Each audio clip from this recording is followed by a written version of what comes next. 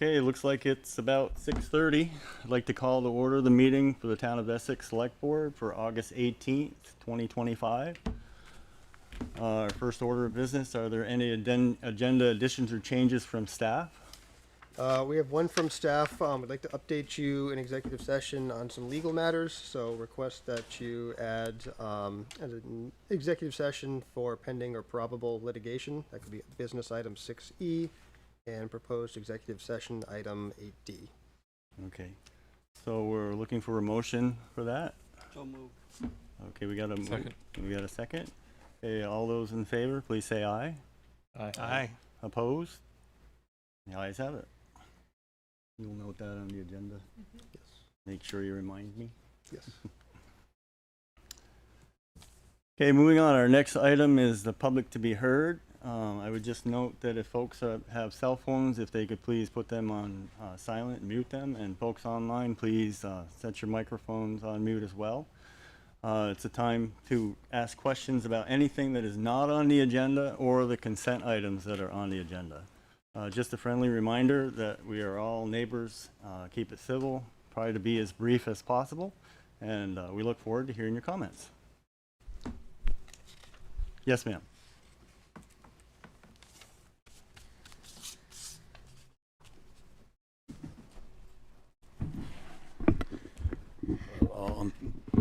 Yes, you again for just this a friendly opportunity. reminder to make sure that you give your name and where you are for the record.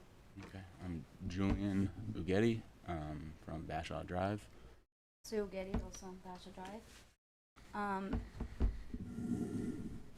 I know you're getting all very familiar with me. I was here, about a month ago, asking the town to do something to get ready for things to happen in Essex, and with regarding of the authoritarian fascist regime that we have for federal government, and that started happening at the beginning of August. There was a raid in a lumber yard here in our town where 3 people got taken. One of them didn't get a lawyer, didn't get to call someone, family or lawyer, got taken out of state. He was first sent to Massachusetts. We don't know where he is right now. Not charged. Just gone. This same people that were protesting for better working and pay in February, who then were almost evicted, but locally this town sometimes does the right thing, and the police said, no, you cannot evict people from here just one day after, because they lived at the lumber yard. And so the police said, no, you can't just evict people like that. You need due process. Yay, good. Essex, going great. Those same people then got rehired for less money to work there. Humiliating, indignating.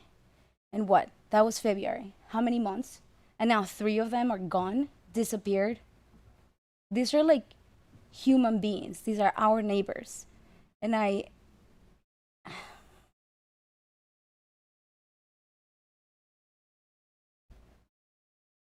in the meeting 2 weeks ago, my asks were brought up and talked about for consideration for crafting a resolution or like taking steps to do something. And it was explained that the Essex Select Board does not have the authority to tell a town employee to do anything, because that's what the charter says.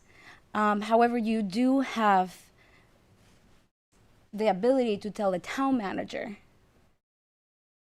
what to do. So the town manager can then tell the employees what to do. So you do have the ability, maybe not just how I ask. I don't know how any of this works. It seems to me, this is something I brought up, I think, the first time. I'm not from this country. I have experienced things that I don't think anybody in this room have ever experienced. And maybe it is that lack of a lens that is not allowing all of you perhaps to clearly see what's happening in our entire country. This is an authoritarian takeover, and when authoritarianism happens, the only window of time to stop it is in the very early stages. We're 7 months into this, and the people that do have somewhat power to do something have chosen to not do anything, to stay silent. Have you seen what have happened to other countries? Do you see what Duterte did? Have you seen what's happened to other countries? It happens fast, and then there's no turning back. I don't know if you're paying attention. I feel like you are. You're educated people. You're elected officials with a very serious job. Are you seeing what's happening in DC? Vermont doesn't have a large immigrant community, so we're not seeing what's happening in California here because the numbers are not as high. But I promise you that will happen here.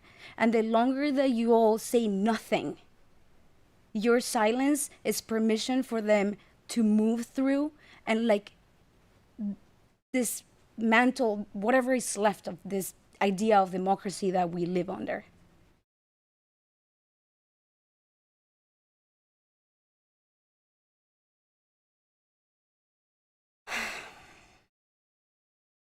I need your help here. So there's been a number of times that we've come here. Sue in particular has spoken with real hopes that we'll get to see something happen from people like yourselves who have a little more say in how this town moves forward. And to come here, we appreciate that there's this space to speak and to voice our concerns. It has, and I know there was about in the last meeting about the free speech resolution, but we are seeing actions move faster on the larger scale than what is happening here. And I know it takes time and conversations, but there has been very little that we have heard from. So I think what we would like to ask is to have a follow-up about what we can do, because when we come here and ask for something to be done and are told that it is not in your ability, and then find out from other people that it actually is, if you just look at how the charter is written. And so this is a crash course, certainly for us. We're learning, but we would like to be involved. So if there can be a follow-up where we can actually hear what it is that we're missing, if we're missing something, because we would like action. We would like to know that you guys are working on this and to know how we're going to move forward. But we want our neighbors to be protected, and we don't have that authority. We can just come here and ask you guys to do something, or ask for you to involve us, and that's what we're here to do. So thank you for your time, and see you in a couple weeks. I would just have you know that we hear you and we appreciate your comments, and I'm pretty sure that Tracy, the chair, has something in the works. So I would just let you know that. Thank you. We look forward to hearing what that is. Thank you, guys. Thank you. Yes, ma'am.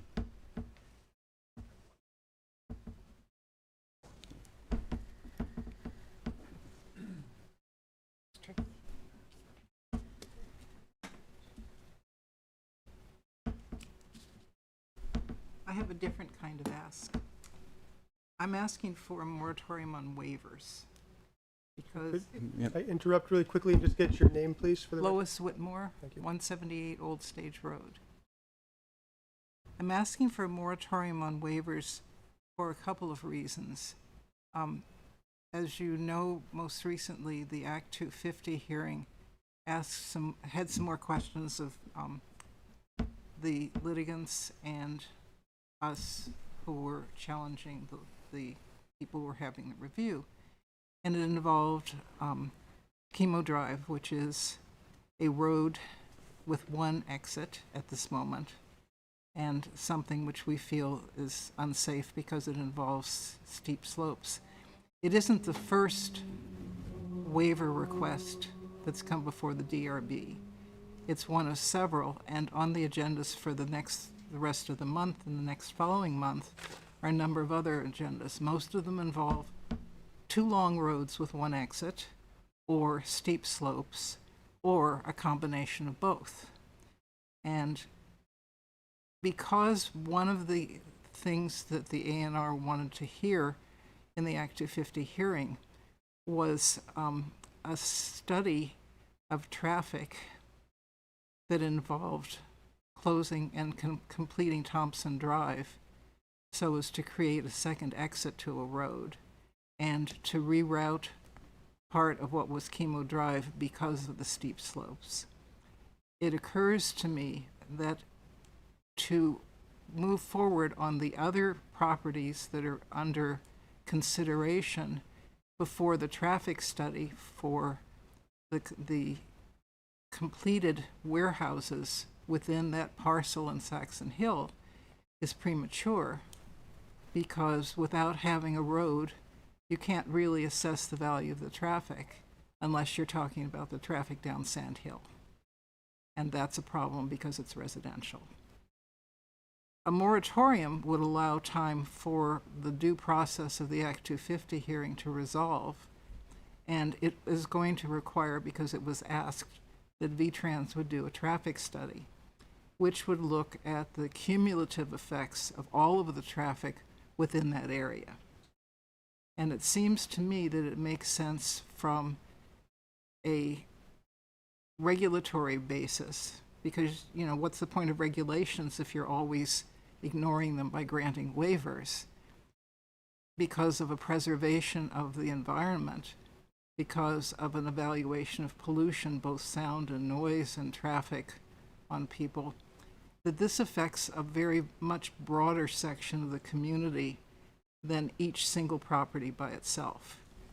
Now, I understand that the Act 250 waivers, the Act 250 process tends to take a fairly holistic view of properties, but what we're having here is what you might call a segmented review, where each property is assessed on its own, and the fire department's saying, well, this is not a good idea. It's not safe for people or property to have only one exit for one warehouse over here, while you have 5 other properties with exactly the same situation, allows us not to look at things as consequences of not having the CERT completed, which is the reason that these are problems in the first place, because the town never planned for through industrial traffic and commercial traffic.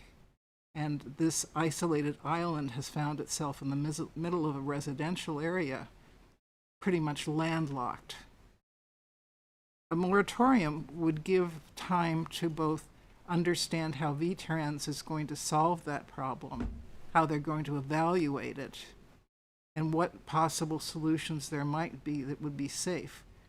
You know, we've had several days of forest fire air coming our way, and that's without local issues.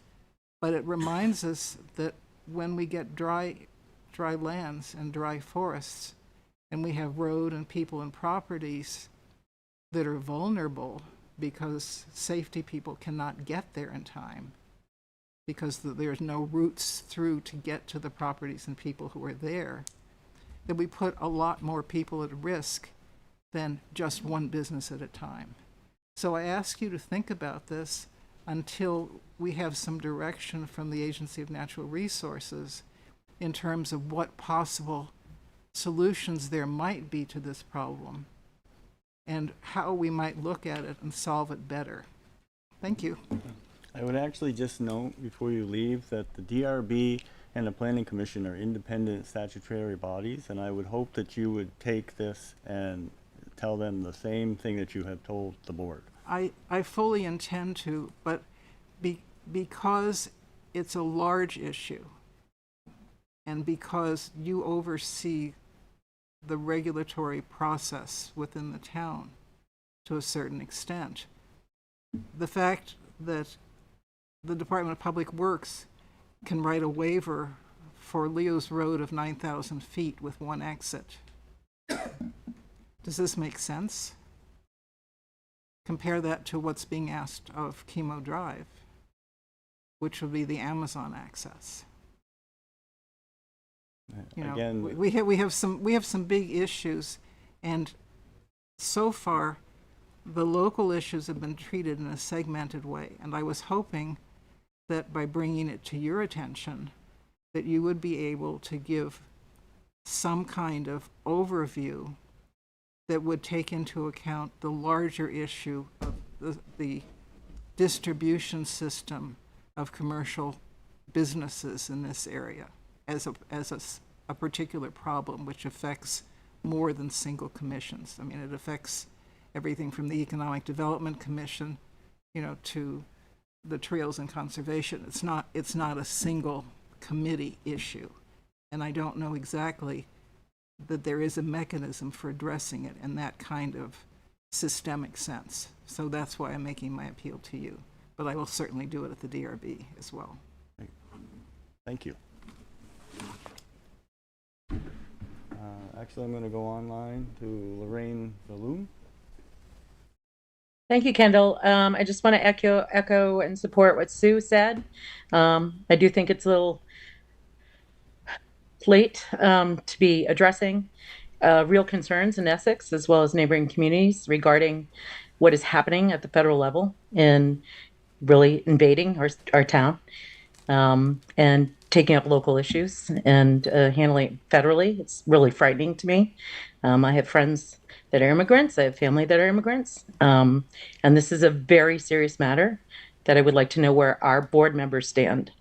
And as well as I echo also what Lois said, this has been a systemic issue for us for a few years now. And we also get really frustrated when I look at the organizational chart and I see that Select Board is indeed the direct report of our commissions and our boards and our committees. It is frustrating when we have these systemic issues not being addressed directly by the board. So I'd appreciate some oversight of some of the board issues, as well as some added training, as I did send the board a letter regarding one of our other committees and some issues with that committee and the lack of training. Thanks. Thank you for your comments. Yes, sir.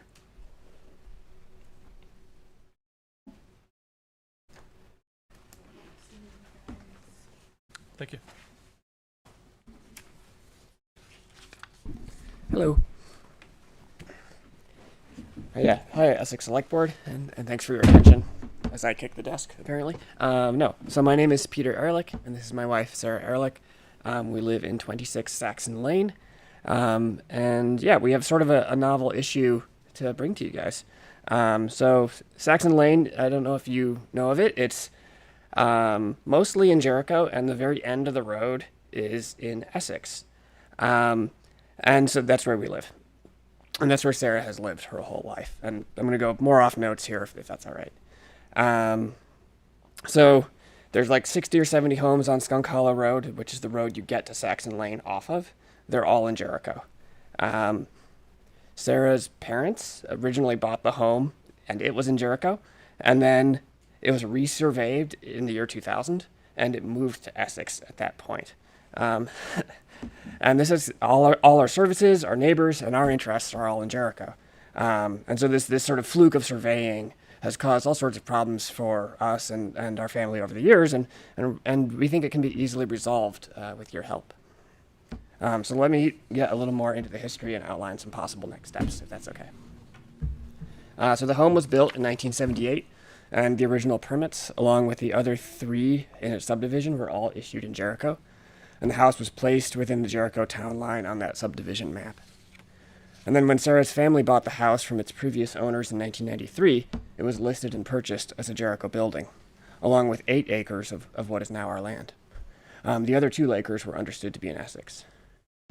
Jericho was first surveyed in 1763, and then around the year 2000, a new survey was done, and Sarah's parents were told by Essex and Jericho that their house was now in Essex, along with the 6 acres of land and with the other 4 remaining in Jericho. And we continue to pay taxes in both towns. So numerous conversations between Sarah's family, the Kings, and various officials at that point, around the year 2000, they did not result in any new discoveries. And even though the distances in question are very small, it's less than 100 feet from the town line, they're significant enough to place the house in Essex based on that survey. And these conversations concluded with a letter from Representative Margaret Hummel, CC to Gay Symington, directed to Sarah's parents, Barry and Kelly King. Hummel concluded that the correct next steps were to do what we'd like to do today, a town line alteration, to include our parcel or at least our house, fully in Jericho. Sarah purchased the property from her father in 2023, and so we'd like to finish that process. To do this would require first an agreement between the two towns, Essex and Jericho, and then ratification by the State House. We are prepared to take an active role in leading this effort and resolving the location of our house to match its original intent. Ultimately, our house and our families are tied to Jericho. Many of our friends and neighbors live in Jericho, and we are served by Jericho's utilities, roads, and fire department, among others. Children who live in this house have always attended Jericho schools. We go to the Jibro Rawson Library for our events, and I'm a member of the Jericho Energy Task Force, with ambitions in some of our other town committees as well, which makes this more of an important issue for us, especially particularly. We're deeply connected with the Jericho community and believe that an adjustment to the town line reflects what makes sense for our situation and for the property itself. Last week, we went to the Jericho Selectboard. We talked to them, and they voted unanimously in support of this. It was a general statement saying, like, yes, we'd love to have you. We'd love you to lead this effort, and we'll support you doing that. And so, yeah, we just sort of wanted to chat with you guys and hear your reaction here, and see if you'd support us doing something like that, and if you would be interested in working with Jericho. Thanks. That is an interesting quandary. Doesn't happen too often, but there are a few cases where town lines have been moved in the past Okay, decades. that would be helpful if there are some precedents, and I would be curious to kick that to staff. It's the first I've come across it. I heard the request come in last week. That's the first I've heard of something like this. So we'd have to see if the select board is interested in staff looking into this further, in which case we can take a look and try to figure out what the process might look like and what steps might have to be taken and how that plays out. Yeah, I'll share what we know so far, which is, so our select board reached out to Vermont League of Cities and Towns, got the same answer that we got through ChatGPT, because why not, I guess, which is like basically you form an agreement, State House says okay. It's never been done by a citizen before. Last time this came up, I'm forgetting the town. It was like near St. George, I think, where like there was an unincorporated area, and like it had never been in a town because they couldn't figure out the surveying, and then eventually one of the towns took it. And so like it has happened before, but like on a slightly bigger scale. I don't think it's like impossible or difficult to do. I just don't think there's been like a household sufficiently motivated to be like, hey, let's kind of like make this make sense and fix this. We really believe it's basically like a bug in the system where like there was a mistake and we'd like to correct it. Yeah.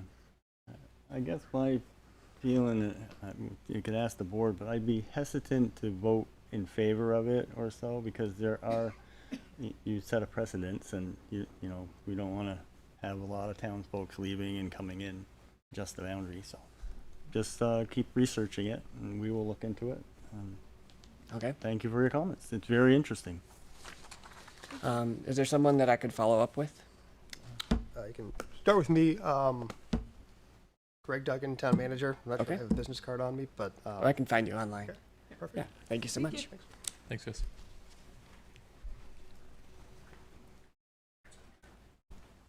Yes, sir.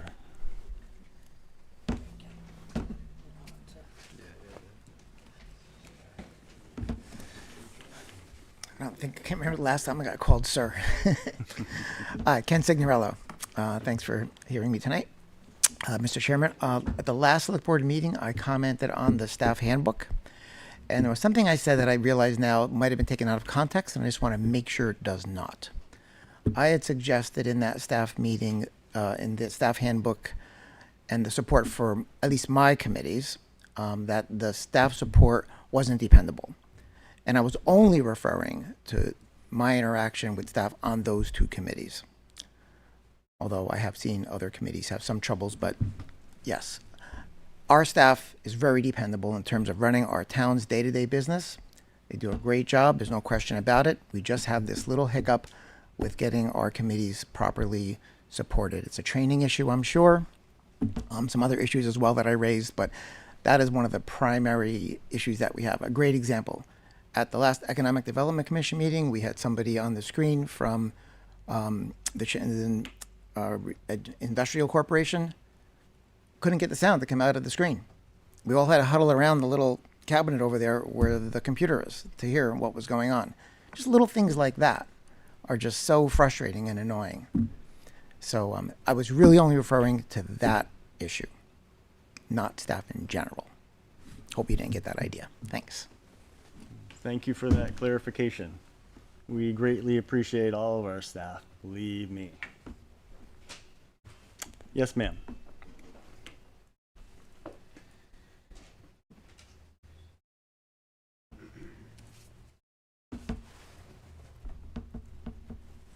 Hello, Hello. Sally Fleury.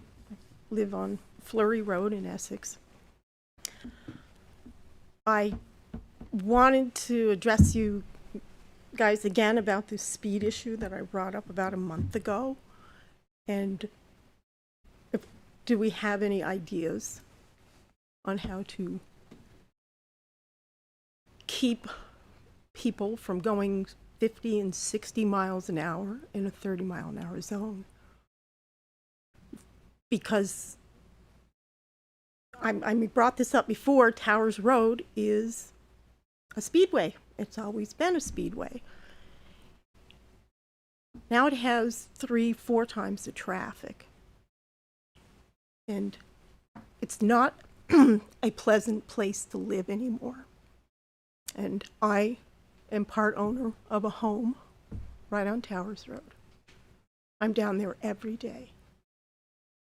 And I did not know, it's not an insurmountable problem. I mean, the road is straight away. They don't slow down unless they've got to take a left into Meadows Edge. And the traffic enforcement officer is, how do you know they're speeding? Well, I know the difference between a 100-pound person and a 200-pound person. I know the difference between 30 miles an hour and 50 and 60 miles an hour. Now, with all the construction on Towers Road and Chapin Road, now we have 30,000-pound fully loaded tandem trucks coming off Chapin, and you can hear them coming. And there's no enforcement. I'm there all the time. I'm retired. Call me the Essex reporter. There is no enforcement.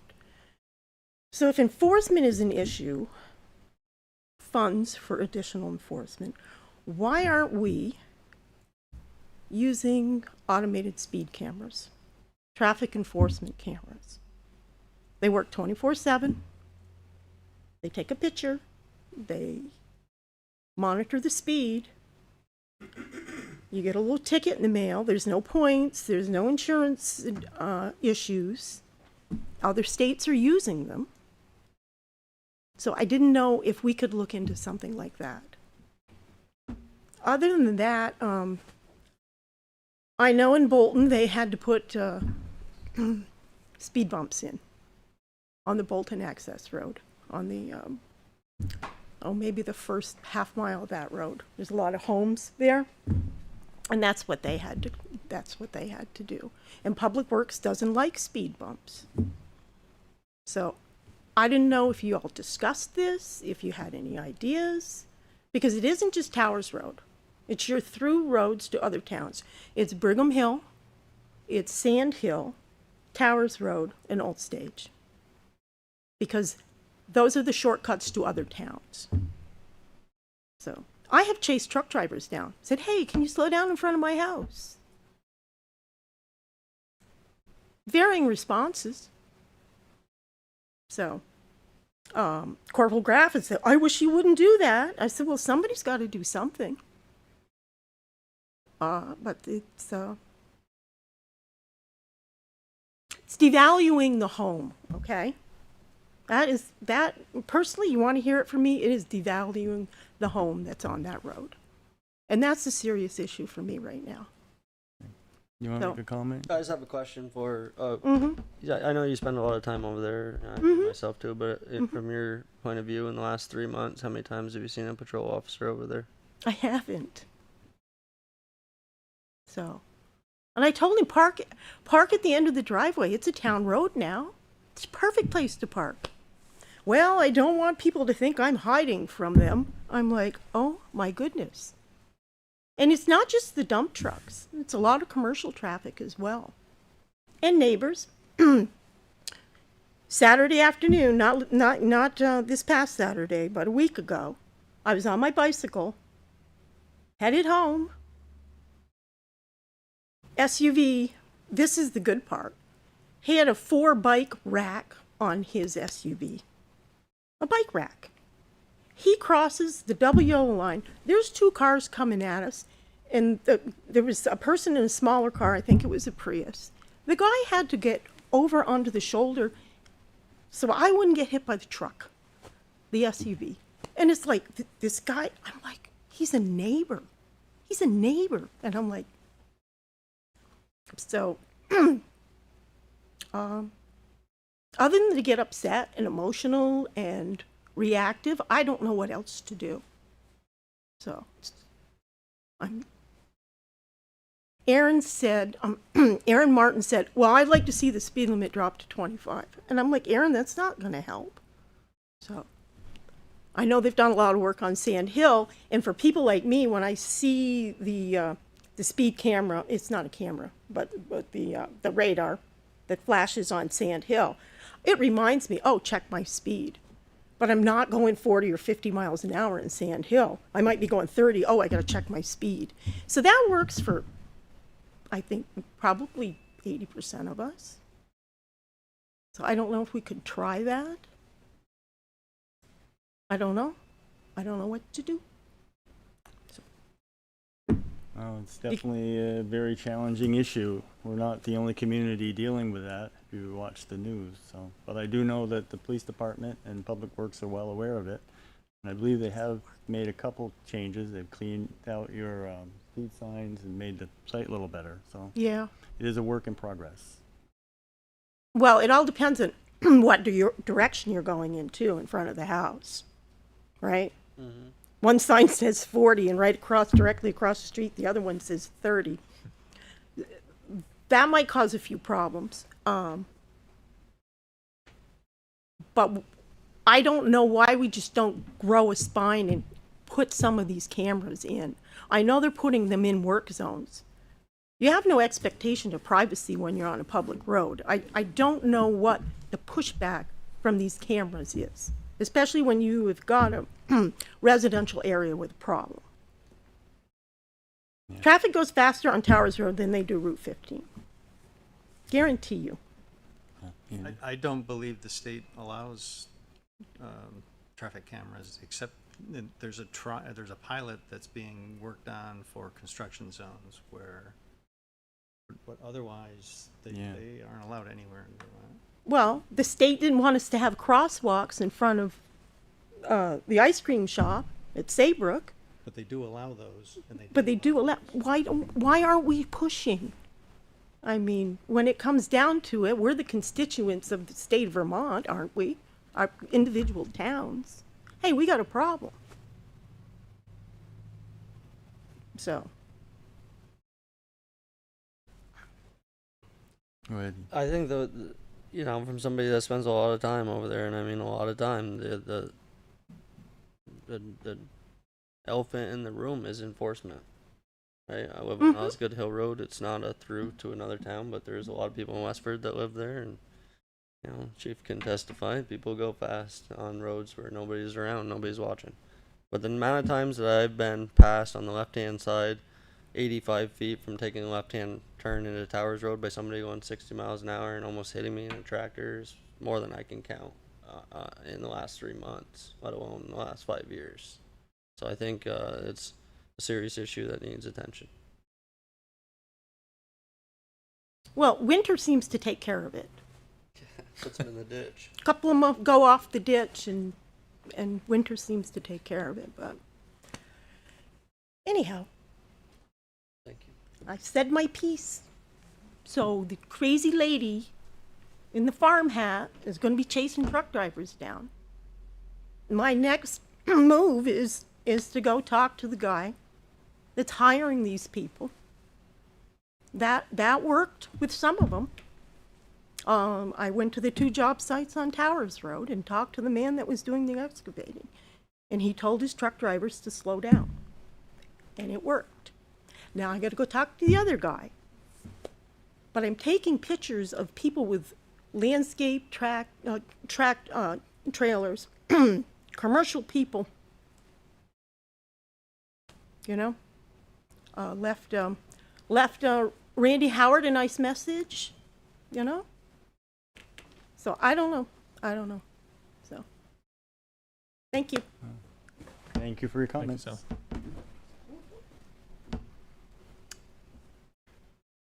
Okay, Good. see somebody online? Right again. Yes, sir.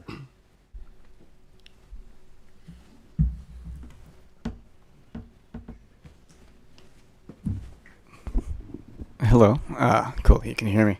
Dwayne Millar Barlow from 12 Rosewood Trail.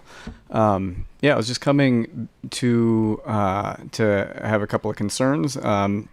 So recently, I believe last Thursday or Friday, Scannell indicated that they were going to appeal the DRB's decision from July 17th, which isn't really a concern. It was an expectation. I mean, really, they're preserving their ability to appeal at this point. I would be surprised if they didn't do that. The concern that I have is I think that they're sort of banking or hoping for a settlement with the town, which would be a negotiation with you folks. And I just really want to encourage you to not fall for that,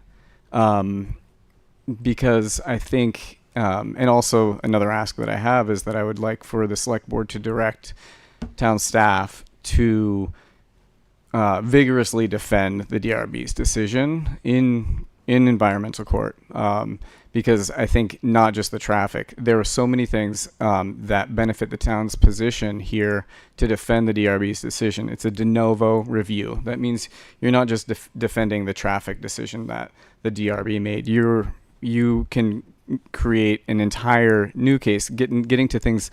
Oh, I think the sound just went out. Did it? Okay. Oh, okay. Got it. So you'll be able to get to things that we couldn't even get to in the more informal quasi-judicial process from the DRB. There are a lot of other reasons that this development should be denied based on the current zoning regulations. So yes, my ask is to not settle, because that would be exactly what they're hoping for. And I think it really, the town's in a good position to defend the DRB's decision. The other thing I wanted to say is, currently, a lot of this is putting the cart before the horse anyway, because there's the actual subdivision for the 5-lot subdivision that is a prerequisite for this to happen is still not even, they don't even have the state permits from Act 250 yet. That's actually, there's a lot that's going on in that track. So there's a specific request for the town to weigh in on whether the town agrees with the fire department's concern about there being no emergency access for the 5-lot subdivision. This is was recently submitted as a request for the town. And I just wanted the select board to confirm that this is your decision, that you will be directing the town manager to this is a town policy decision. So this is the select board's, clearly unambiguously the select board's decision whether the town agrees with the fire department's concern about the safety access. I know Greg, the town manager, will be drafting the response, actually writing the response, but it would be more, his role would be more administrative in that case. Can you confirm that tonight? An interesting question. Dwayne, I'll have to get back to you on that one. The select board typically does not weigh in on Act 250 permits. That's more of a staff thing and basically a staff thing. It depends on if there's an appeal or what's being asked of the town, but I cannot right now confirm that. I'll have to look. Are you currently writing? Are you currently working on a response to that? Not yet. I was on vacation. I just got back today, and I Yeah, started my welcome inbox, back. So I have a meeting to talk about it. Yeah, I recommend this be on the select board's agenda to clarify that this is a policy decision. The question, and you can ask VLCT this as well if you need to. But this is a decision, the town's position on this. This is not for one person to decide unilaterally. This is a decision for the select board. And if there's any question about that, I think you folks need to clarify that with VLCT or whoever else you need to. And that's it. Thank you. All right. Thank you for Thanks, your Ken. comments. Yes, sir.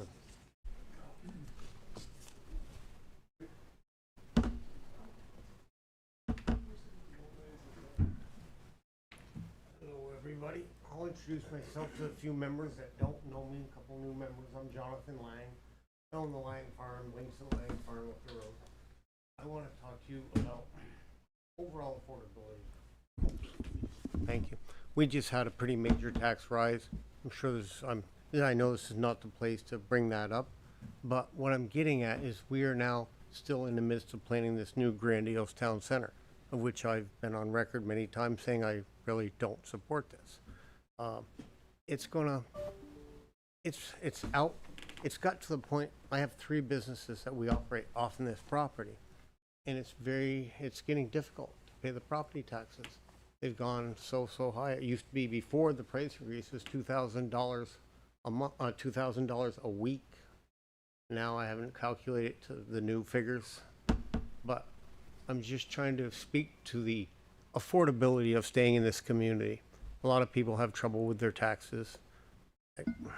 I know most of it goes to the state, and the state gives it back for the school portions. I'm well aware of how that all works, but I would like to ask for a little bit more discussion amongst you all of how this community can save money. And by going the route of this new town center, there is no savings. This building to me is very fine. It works good. We're not packed here at all tonight. And I've never seen a meeting, well, other than a very controversial meetings where we have to go to the high school, but it seems to work fine. And I know a lot of people I talk to really could care if it's in the city or the town, the village or whatever you want to call it. It is, but it's modern, it's been redone. Do we really need one? And then we have issues. Fire department, if he needs more, let's put an addition on. Let's do something to make that work for them. But the overall cost of developing a whole property, and I know you've purchased it, but that was a purchase made by the select board without any public input. And I know the bylaws or the rules or whatever governs that said that's okay to do. But wouldn't you think, as a governing body of this community, you would at least put it to a vote of the people in this community? That's very frustrating when somebody who was in this community forever, I'm 4th generation. We've had our land for since 1919, 100 and some years. I want to keep it there. I have not developed it all. I want to keep it where I can afford it. It's getting hard. It's getting real hard. I'm done very well. My parents both passed and everything is good with that. But it's just hard for everybody. The taxes now are so crazy. I just want you to look at a little more affordability. The land doesn't have any other use. It's all, well, primarily mostly wetlands. We've discussed that in other meetings and such in the past. But I'm just asking for a little bit of concern for the constituents of this community of what we're faced. A lot of people are having trouble making their payments. Now, a smaller item I want to talk about is I maintain an 85-acre park with that golf course. We generate a lot of wood. We generate a lot of scrap wood. Not scrap in construction, I'm talking leaves, branches falling, I'm talking branching up trees. We do a little logging every year. We don't even try to burn that. We hire one of the big companies to come in with their grinders and grind it all up. But for the day-to-day stuff that comes in off that golf course on our property, that is not a feasible way. I see, good for me, we have Chief Cole right here. We have not been able in this community to get a burn permit effectively and easily. Now's not a time to burn, I know. I would never burn when it's risky. But We generate so much wood waste. It's not funny. Every single day. Somebody comes in from that course with wood in the back. Branches, this and that. I would love to be able to see, I don't want to see loosening, but a little bit more ease of getting a burning permit. And when people say, why don't you chip it? Why don't you haul it to the wood waste area? It's not a practical solution for us. It doesn't work when you're trying to maintain that much acreage in that park-like condition. I would like to see us possibly go back to where you just go up to the window at the police station and get a burn permit. I've been burning my whole life. I mean, I've cleared all the woodlands, I've done all that, and I burned most of it. So I'm very, very experienced with doing it. And I would like to be able to do that again. But affordability is my main thing. It's really a dreadful day, those 2 days a year. You gotta go in and hand over that volume of money. It's a lot of money. Anyway, that's what I got to say. Thank you for hearing me. Thank you for your comments.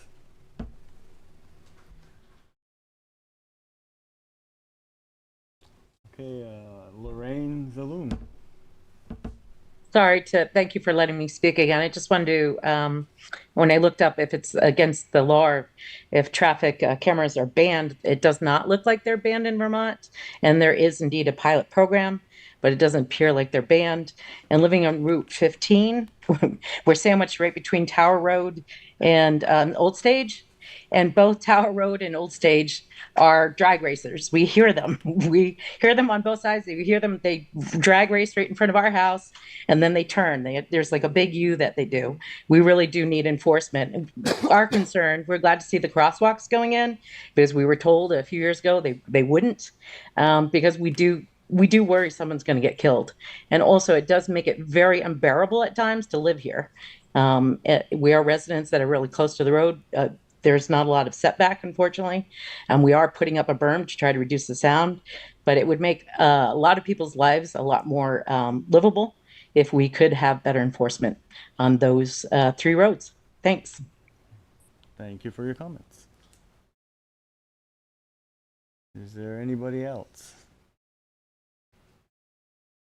Okay, it looks like that brings us to the end of the comments. Our next item on the agenda is we need a motion to approve the consent items. There is no discussion. I motion to approve the consent items. Okay, we have a motion. Do we have a second? Second. We have a second. All those in favor, please say aye. Aye. Opposed? The ayes have it. Our next item is business item 6A, which is consider approval of a request for a waiver of the requirement to connect to the municipal water system.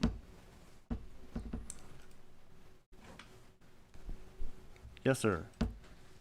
I'm going to ask Greg to give a little bit of an update as far as what the request is. Sure. So, Mr. Van Gaal is before you tonight to request a waiver. Typically, when a property is within or has access to municipal water, they're required to connect to that water. Mr. Van Gaal has, I believe, already drilled a well and is looking for a waiver to connect to the well rather than connecting to the municipal system. Staff is not in favor of that. Hopefully you've seen the memo from Aaron Martin and Andy Costandi in your packet explaining the reasons for why. Happy to elaborate on that when the time comes. But the only way that a waiver can be granted is by the legislative body. So that's why it's before you tonight, to hear Mr. Van Gaal's request and determine how you'd like to move forward with that. Okay. I just want to disclose that my son's wedding was at this barn last fall. Given that, I still believe I can be impartial in any discussions that we have, so I'm not going to recuse myself unless there's any expressed concern by other members of the board. I'm comfortable with that. I'm comfortable with that. Thank you for letting us know. My cows go up to his house, but I've never actually met him. Nice to meet you. Nice to meet you. They've been in his yard multiple times. They haven't gotten loose in my property. Not this year. So do you, just a clarifying question, you lease property from them or just? Separate property. Okay. Separate property. Thank Just you. neighbors. It's the, So- we're by farm. Used to be. Okay. Yeah. Thank you. So come forward and present your case.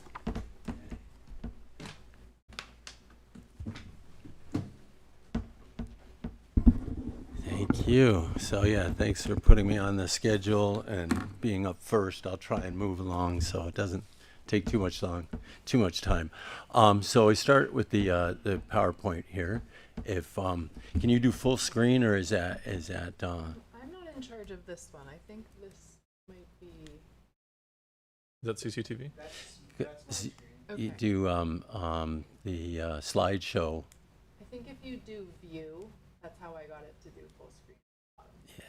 Yeah, slideshow. There we go. All right.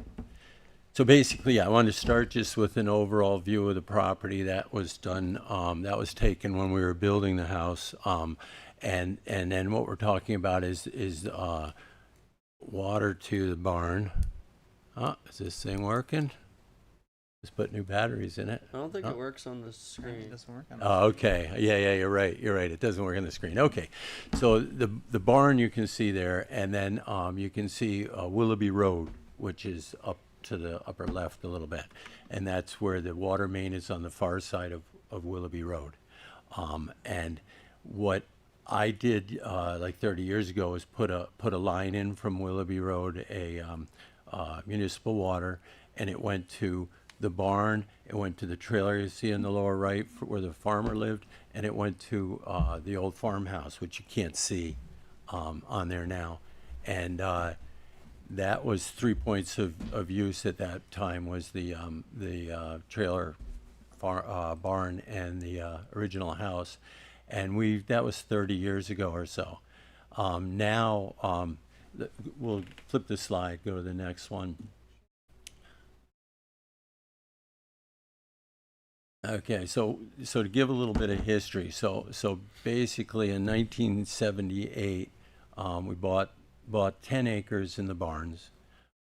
We leased back the land, which was 150 acres, to keep the farm going. There was a farmer on the land when we bought the place in 78, and for about 10 years we struggled. We had a farmer, but it was difficult because the land was being permitted for a 180 unit subdivision, and it took them 8 years to do that.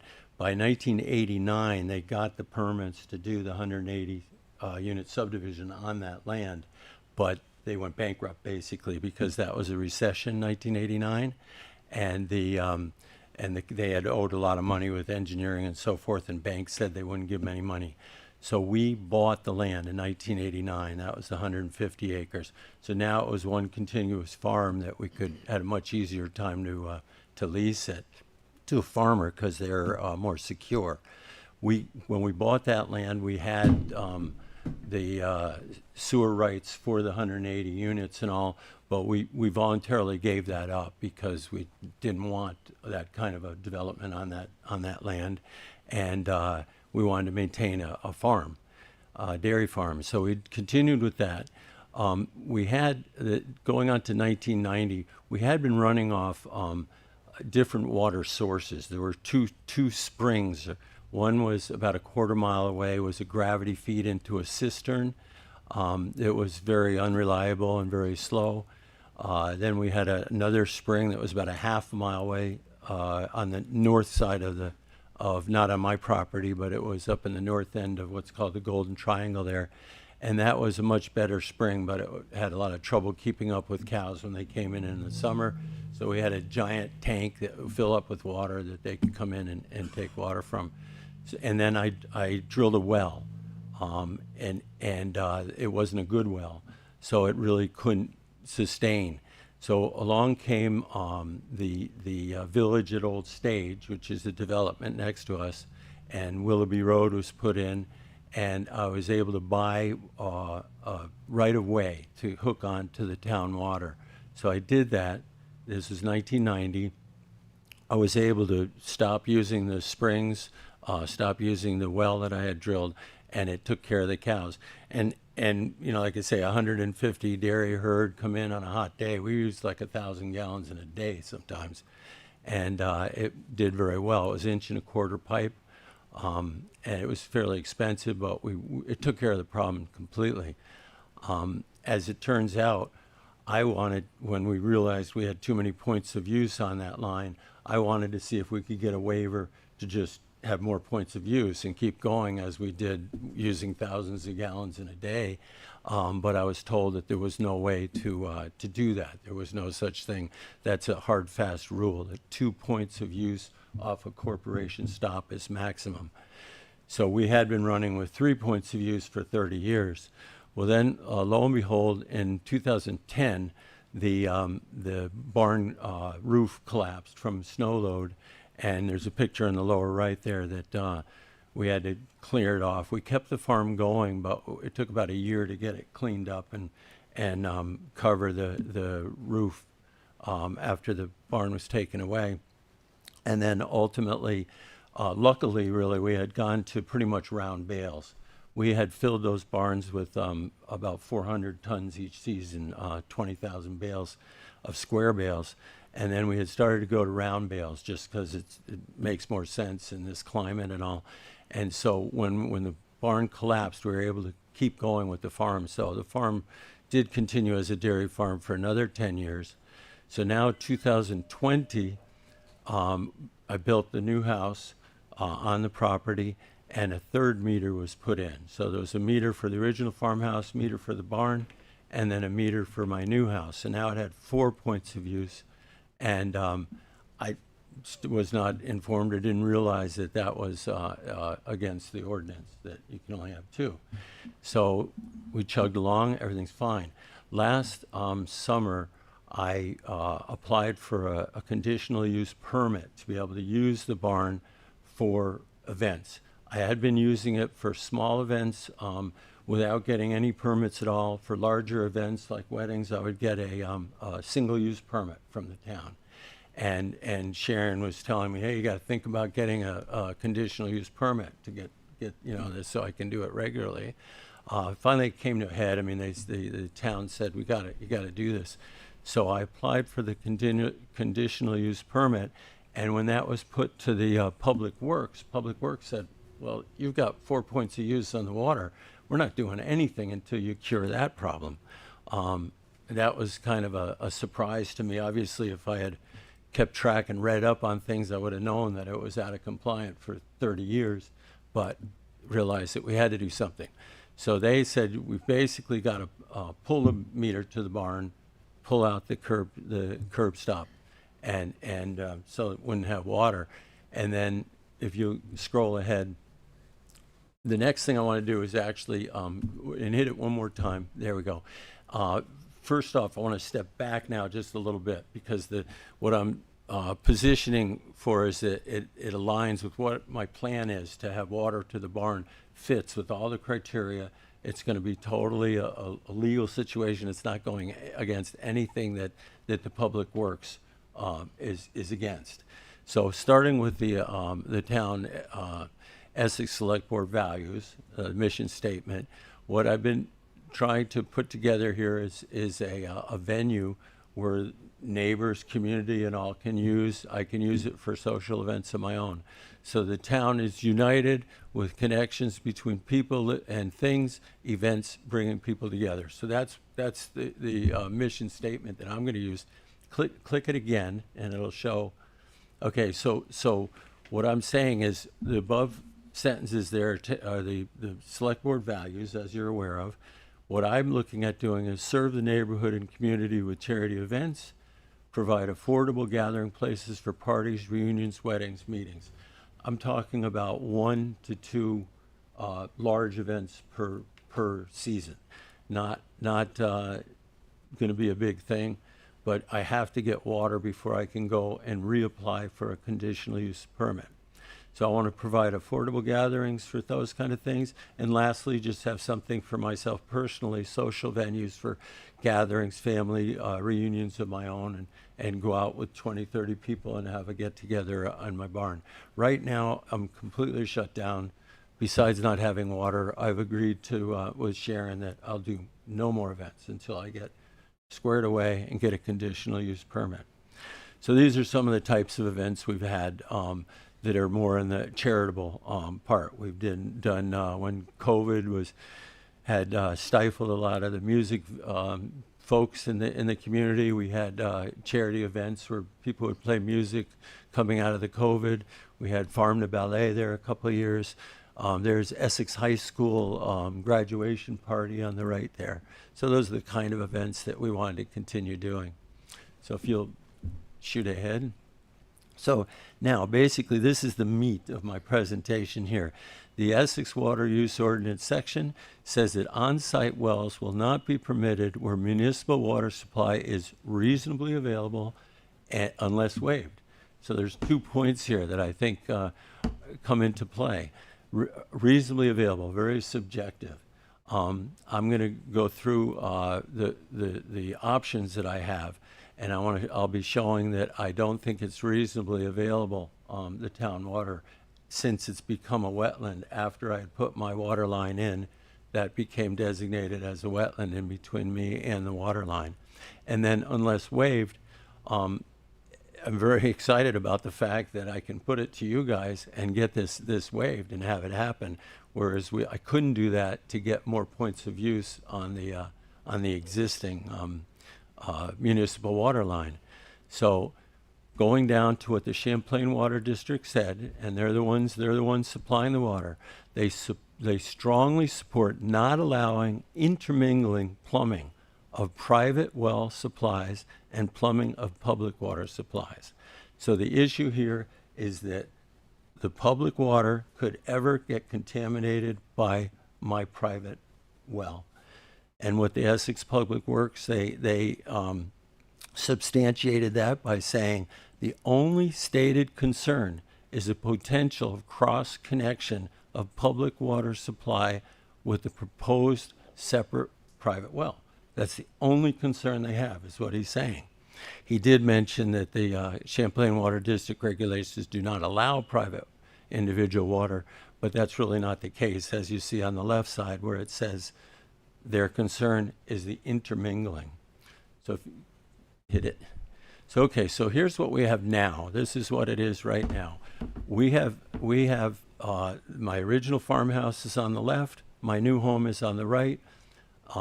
The Willoughby Road main water line is at the bottom there. So right now that it is completely legal, what I have there.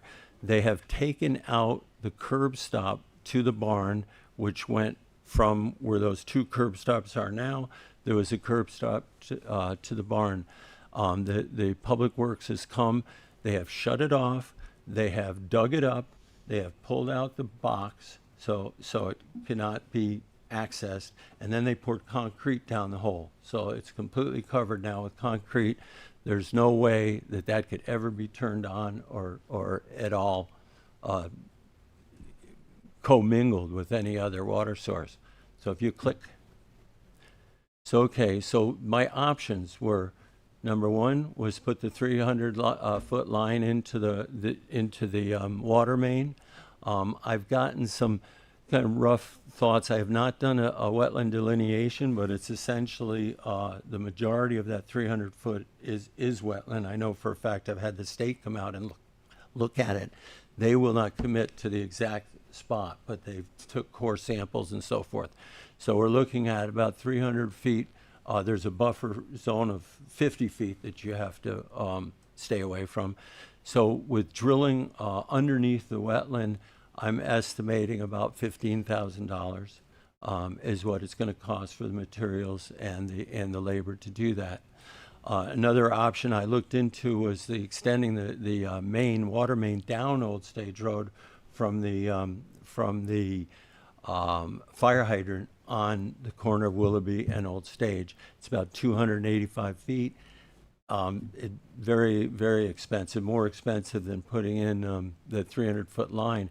The only advantage there is possibly it would serve more people down Old Stage Road that might want to piggyback on that. And then the third, and what I'm here to get a waiver to be able to do, is use the cost-effective 12 gallons per minute is what the existing well is. So what you see there is the upper part is the well, pressure tank to the barn. That's completely separate. There is no plumbing that's connecting between that system, would be the private system, and the public system on the lower part. There's no valve, there's no possible way. So going back to what's been said, there is no possible way that it could be intermingled or contaminate one to the other. So click. So in conclusion, the select board has the authority to waive the statute. So we're in sync here, you know, that it is possible. Number two, the cost-effective solution with no cross-contamination possible is to take the well and hook it to the barn. And then this does allow for the goals to increase community engagement, which is what I showed as far as the select board's mission. So essentially, that's what I'm here to say, is that the one major point that the Champlain Water District and Public Works says is contamination, it cannot happen. It will not happen, cannot happen. So I think I've satisfied the requirements. Thank you. Just one last slide, just to say thanks. That was just a few things that we did at the barn. My cousin graduated from St. Mike's, so we did a St. Mike's reunion. So any questions on that? I'll bring it back to the board. Question? I got a couple questions. You know, I have my thoughts on the well. But what about some of the other issues that were stated in the packet? Is there a resolution to those issues? The resolution to? I'm seeing 5 issues that that they stated in the packet. Do you have the? I can read them to you. Pull that out. I've been centering on what they said the main issue was for the well. So can you pull that? Can we pull that up so we can have it? Yeah.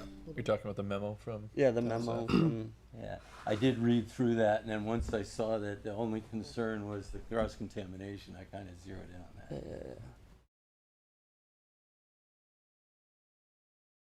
that.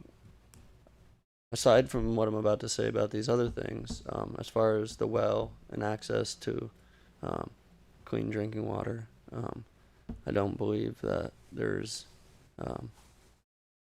any ethical discourse to disallow somebody from deciding where their water comes from. I'm in full support of granting permission to use the well for the events. But on the flip coin of that, these 5 issues, Okay. I would like to hear an action plan and response to. Okay, so I can have a little problem reading that. Can you blow that up a little bit? Let's see. Do not connect the house on lot number 2 to the new well. The existing municipal service connection shall remain until a determination is made by the select board on whether the waiver is granted, allowing the disconnection from the town's municipal water. Okay, it is disconnected Right. now. Okay. And I was going to tell you that 2, 3, and 4 Yes. were pretty much Completely completed August disconnected 12th. and cut, cap. Yeah, so that's been done. Recently. The water service to the barn was supposed to be. So then it'd be 5 would be the next. Okay, so 5. Notify the state of Vermont Agency of Natural Resources that a new well is drilled. Oh, okay, yes, that's done. It's been done, but it's not, you know, the registration, there's a tag on the well and all that. And I've got the paperwork for that, if you want to see, just showing, you know, what the well is and what's being sent to the state. Okay. And what about the wastewater? The wastewater. It says that there needs to be an updated permit for the wastewater system, and the state permit for the well have not been submitted to the town. Okay. So yes, these are things that I need to do. You know, for tonight, I think we're just talking about getting the well approved. But yes. Right, and that was gonna be my personal. I'm speaking for my vote on the board, but my thought process on this was to support the use of freedom in water supply. Yeah. I strongly support that. As somebody who has $70,000 in wells, I wish I had town water, but I think it's very important. You know, my grandmother lived on corner of Blakely and Williams. My Pepe was born there, and his family lived there since the 1800s.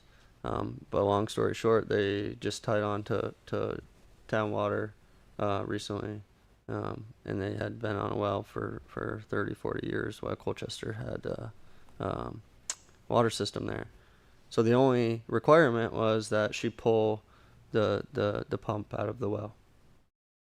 So there's no requirement about disconnection of the line from the well to the house. And this is Champlain Water District, so I thought I'd just bring this up for, you know, there's a large precedent if you look at all this individual cases that this has happened before.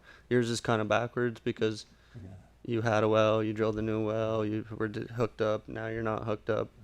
Right. But my personal feeling would be that if you could supply the town with the permit for the well, and the wastewater system, the permit for the wastewater system. I don't know if that has to do with lot 2 as well, the house, or has that been resolved? Well, okay, so one of the reasons why this all came to a head was when it was realized last summer that I was not in compliance. I couldn't get a certificate of occupancy for the house. So then pulling that now, I'm in compliant, and I have not gotten even the certificate of occupancy. So I think the answer to your question is it's in the works for my new house as far as the wastewater, the whole show, lot 2. Okay. Yeah.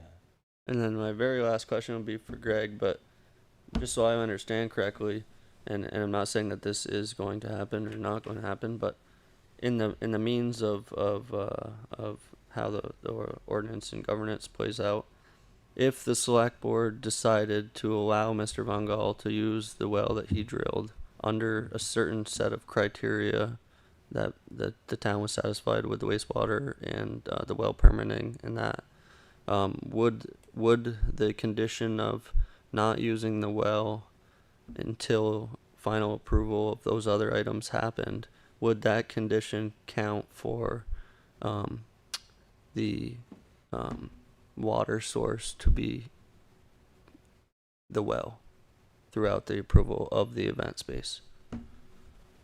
You know what I mean? Because that's one of the conditions, is to have water supply. So would they pend approval of the well, using the well as the water source, as long as the rest of those 3 pieces were approved, incorporated using the well? Does that make sense? I think so. I'm going to recommend that you hear from Annie at some point tonight too. But I think that we would want to have all conditions met before allowing use. Before there's allow use of the well. Yeah. And Meaning that I have to. That's I'm looking at Andy here because I still think staff is not in favor of allowing a connection to the well. But if that's the way you want to go, I would want to have all conditions met before. I'm happy to hear why. Yeah. If you want to tell us why. So I'd like to hear. I got a question about the property. There's a third house there, right? Isn't there a third house? There's a mobile home. Yeah, mobile home, yes. So what's that connected to? Yeah, that's connected to the well. It would be connected to the well. Okay.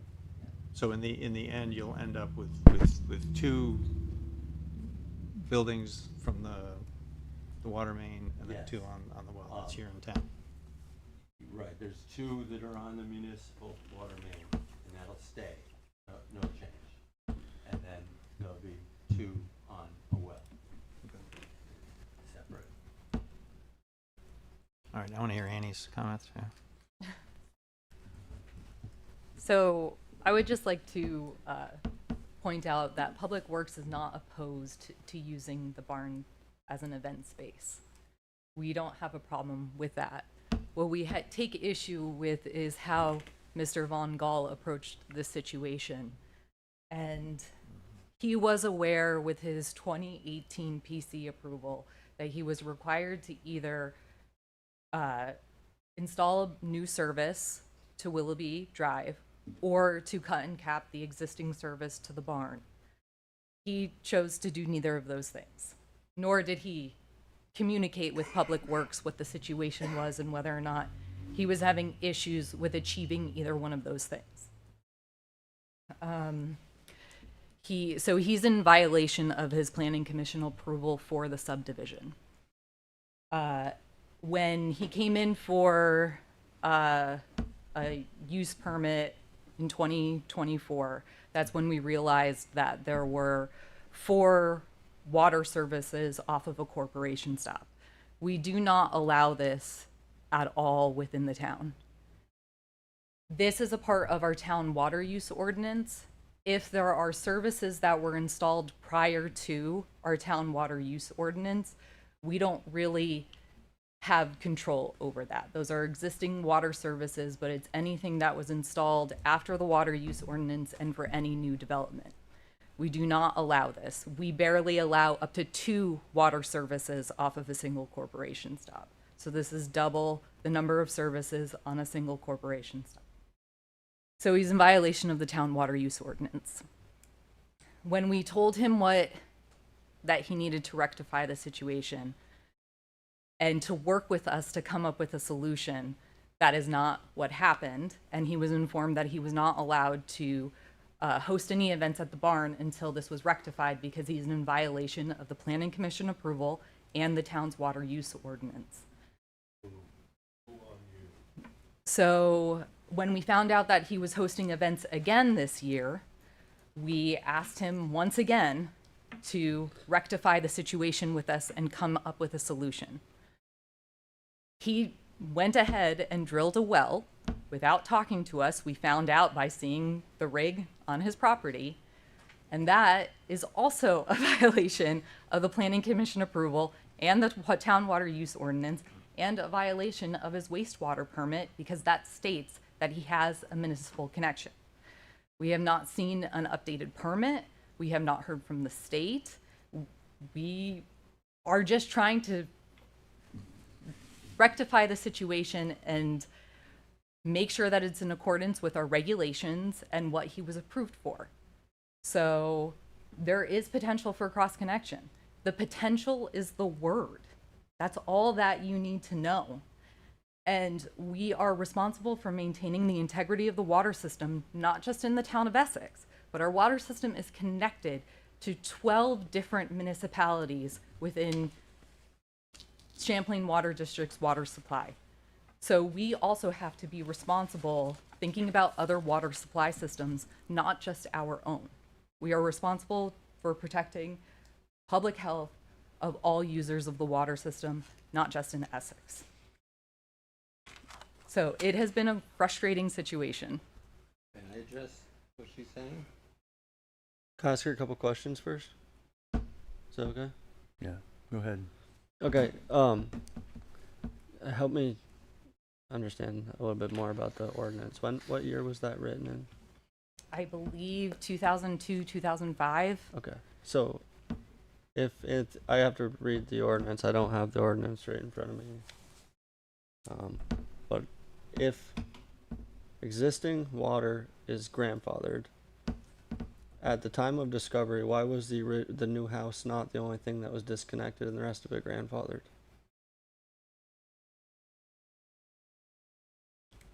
Why was so? So he added a line from his existing 3 taps that were approved. I mean, they've been in there since the 90s and before. So those 3 taps, he added a 4th. Yes. That was the violation, though. That was the violation because the other 3 were like, okay, those 3 exist. So now you're coming in for a new connection. You're coming in for a 4th. So your options are install a new line because you already have 3 on this one. Right. Or you need to cut the barn off of it and then connect your new house. Okay. So we're still trying to limit the number that are attached to that one corporation. Right. So he was not allowed to have the new house connected onto the existing service. I understand that part, but there was an additional water source that was removed that, in my opinion, was grandfathered. Which source? The trailer. So you'd have the trailer, the barn, and the farmhouse. Yes. Were originally hooked up. Well, the I know he trailer added is a hooked tap up to the through the second. barn. So the water line extends through the barn To the trailer. to the trailer. So it's Which not is like fine, that. as long as there's 6 cows in the barn, but We actually don't allow that either anymore. So because of the town ordinance? Mm-hmm. That's only the town of Essex, or is that as well as Champlain Water District? I can't speak to that. I don't know. Okay. Okay. All right. I'm just trying to take all the information. I did some digging last week to gather some more information as well, and I just, you know,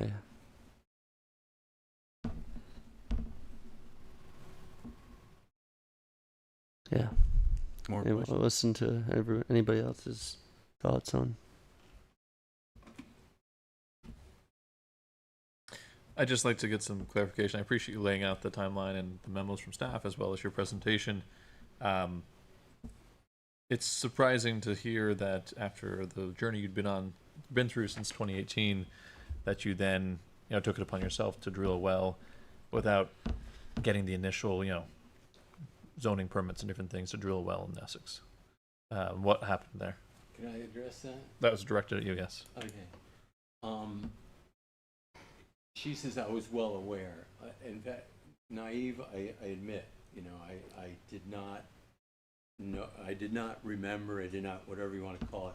The reason she saw the rig drilling the well was because I sent it in an email saying, I'm taking care of this, I'm drilling a well today. And then you saw that? Well, that's what Sharon wrote me back and said, Public Works just told me stop right away. When I sent a photo in a email to Sharon saying, I'm taking care of the water situation by drilling a well. And she wrote right back saying, Public Works says stop right away. So I don't know if it was you or Aaron. I took it that she had contacted you and you had said stop drilling. But anyway, that's not maybe proof, but I did not realize that I was told you have to disconnect. So I was looking at, okay, you said we'll work with you, yes, a year ago, and then you're saying I continue to have events. You're correct. There were like 20 young people had a charity event in the barn this summer. I told Sharon that, and she said to me, I heard you had a wedding in the barn. There was no wedding in the barn this summer, and it was a young kids that were doing the dance group. But anyway, so what I'm trying to say is I did not remember, was not aware. I've not been trying to deceive anybody. I told you, I said, why can't I continue to use the water as is? 30 years it was being used and it was out of compliance. I was never told so. Then why did they put a meter in my house when that added a fourth point of use? Why didn't somebody remind me, hey, did you realize that you're not compliant here? Why did you send somebody over and put a meter in my house without checking that? It didn't get checked until last summer, August, when I applied for a conditional use permit. And then you saw it, and so you were remiss, I was remiss. I've definitely been remiss. I absolutely admit it. But I was not trying to deceive you. When I talked to you about, is there any way I could get more points of use on an 1.25 inch pipe, which is huge, it's plenty of volume, we had 1,000 gallons with the cows, everything was good technically. You said, no, there's no way to do it. I said, what are my choices? And it was mentioned, whether it was you or me, I don't remember, get a lawyer. And I'm not gonna be suing anybody. I'm just saying that there was no way that I could do anything but pull the meter from the barn. And I did not realize, I thought I need water, drill a well. I got lucky with the well. It was very economic. It was, you know, I wasn't trying to deceive you. And that's what you're implying. So Annie, I just would like to understand, I think it's very clear, we appreciate the events you've done. Obviously, Annie and his family have had an event there themselves. We don't want to stop businesses from thriving in this town, and event centers to bring people together, as you mentioned, is a core value of our select board. I'm curious, what are the potential steps that could resolve this?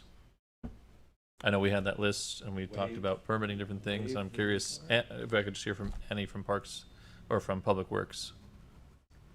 Well, he would either have to install a new water service or you would approve a waiver for a well. Those are, Okay. and he's capable of drilling underneath the wetlands to install the water service. So it's not feasible.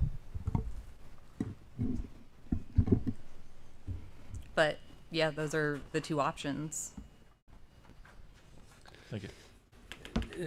And it makes no sense to take, 12 gallon per minute well sitting there that's barely good.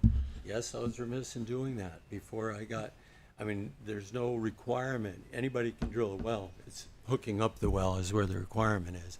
But anyway, for me to spend $15,000+ to drill under a wetland, it just doesn't make sense to me. So that's why I'm here. And then the last thing is I clearly stated that the Public Works said only stated concern is potential cross connection of public water supply.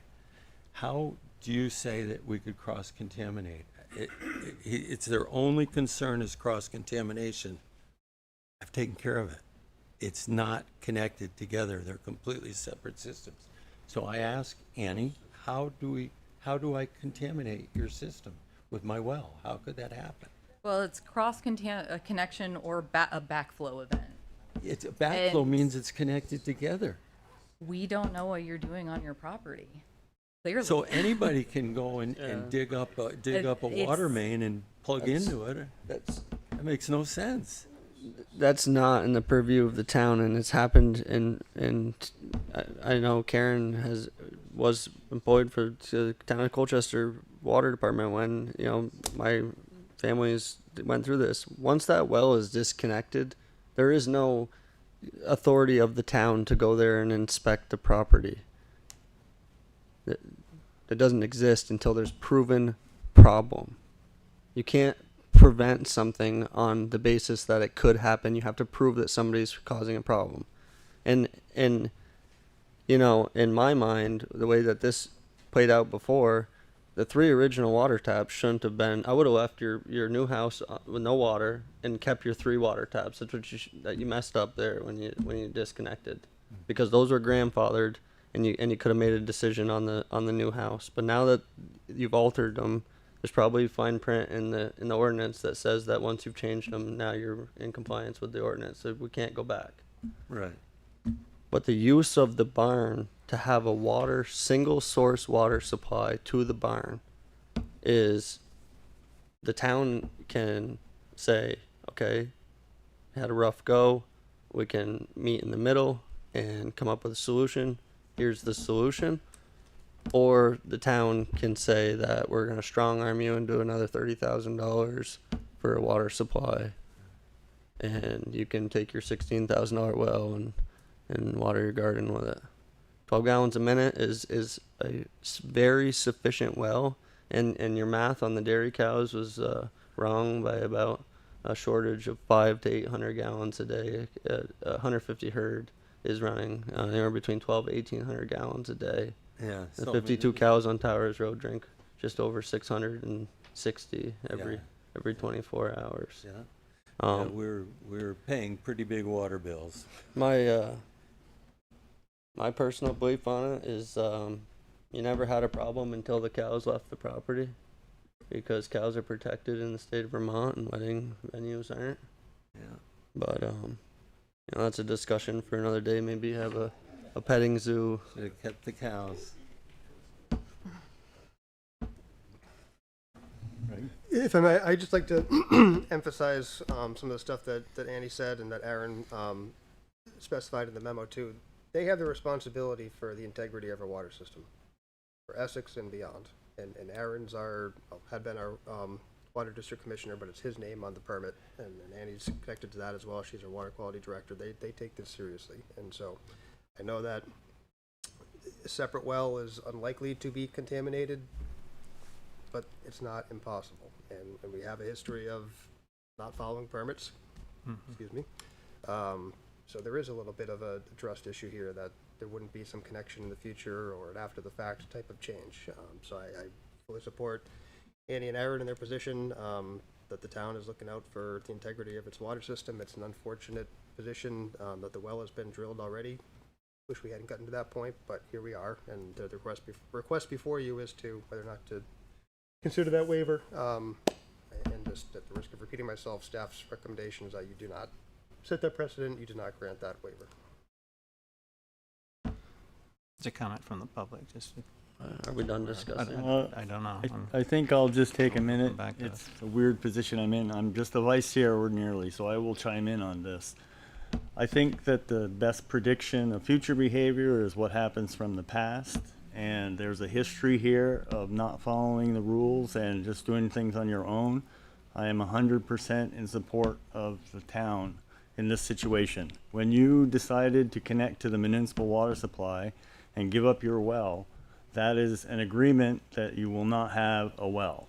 And there are very compelling reasons why you should not have a well, as has been stated. There are a lot of folks that have died in this country, and there's nothing to prevent you in the future, should you get a well, that if that well goes dry or has to happen, you would dig and connect to the municipal water line and risk a possible cross-contamination. So that's my position as vice chair. Let's move it over to public comment. Peter Barrow had his hand up. Yeah, this is Pete Barrow. I'm a neighbor at the neighborhood right adjacent to there. I'm definitely in support of Reed and his desire to keep using the barn where many barns are going to shambles in Vermont. I guess I really urge the town to keep thinking about the word reasonable. And I don't know if any of you have ever worked with ECI. It will be very expensive for them to come on his property and drill that second main. And also, like, very expensive. Like, it's not even, the word reasonable wouldn't even, it's not even close. Like, it's not a reasonable ask.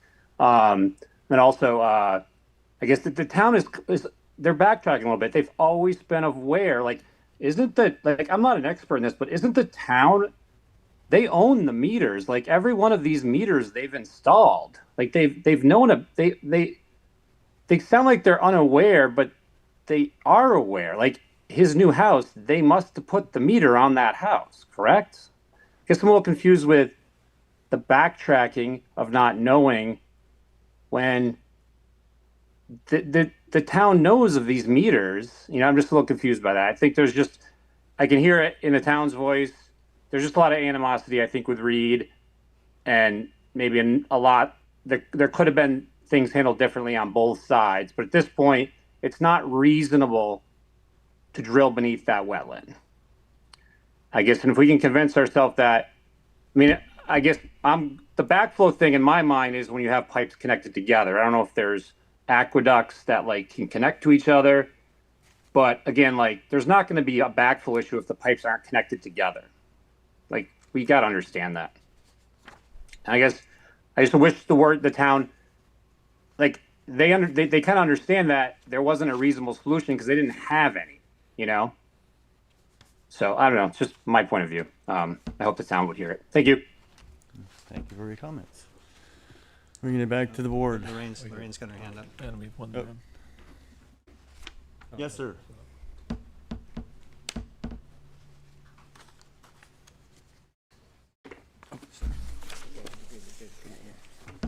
I'm not going to speak to any of the issues that were represented.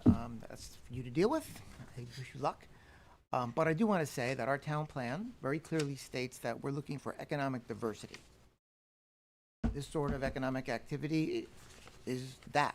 It's the kind of thing that I think is attractive. I hope you can find a way to make it work, because it's the sort of economic activity that I think our town plan calls for, and I hope you'll support. Thank you.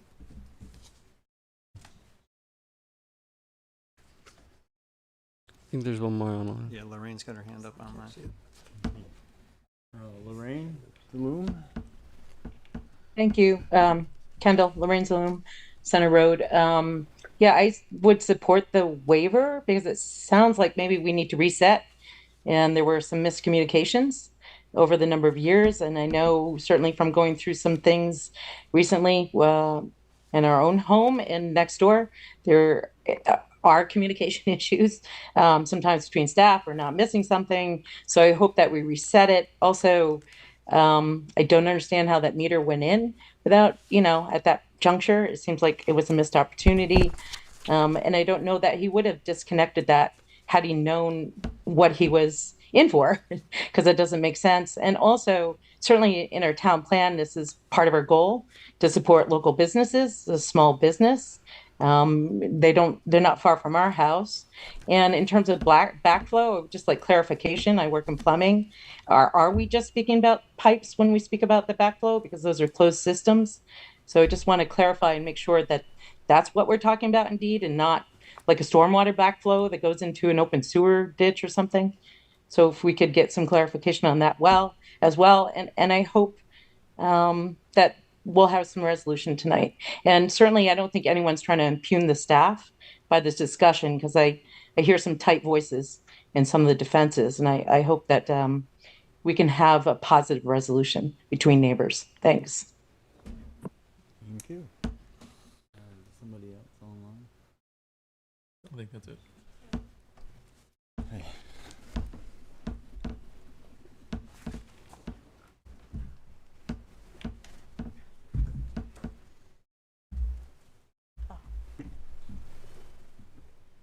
I don't know anything about the logistics of this case, but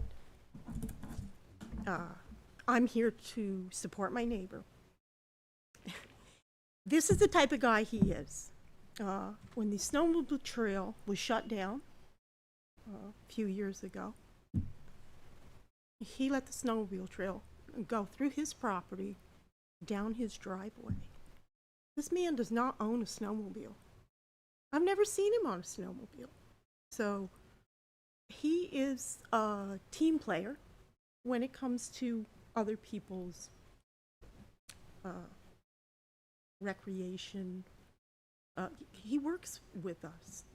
He's the reason I'm looking at 100 cows and not 178 houses.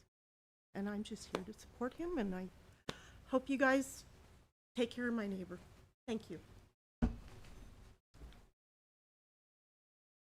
There was a hand up with Scott Willits, but There's got two more in the room. yes. Hello, can you hear me? Oh, one more in the room. I'm Scott Yeager. I live on Old Stage, a couple hundred yards north of Reed. If there's any question about public health here, I think there's absolutely no issue that we have to protect the water system and public health. In my mind, though, when we have completely isolated systems, I don't understand what the threat to public health is. Where this seems to be heading is being punitive based on Reed's past behavior, and a concern that somehow, or that he deserves to be punished based on that. I don't know exactly what the role of the select board is, but I'm not sure whether punishing people for past behavior in this way, even though there's not actually a sound reason for denying the waiver, is where we really want to go with this. So I also am supportive, and from what I've heard tonight, I don't have any concerns about the cross-contamination issue when they're completely separate. So I can see that this is mostly kind of some dodgy, perhaps evasive behavior over the years, and I understand the frustration by the town and the board, but I think if that's what we're doing, we should just be open and saying we're denying it because we don't like how you've behaved in the past, not because we actually have a concern about the system. So I'd be just be honest about that. Thanks.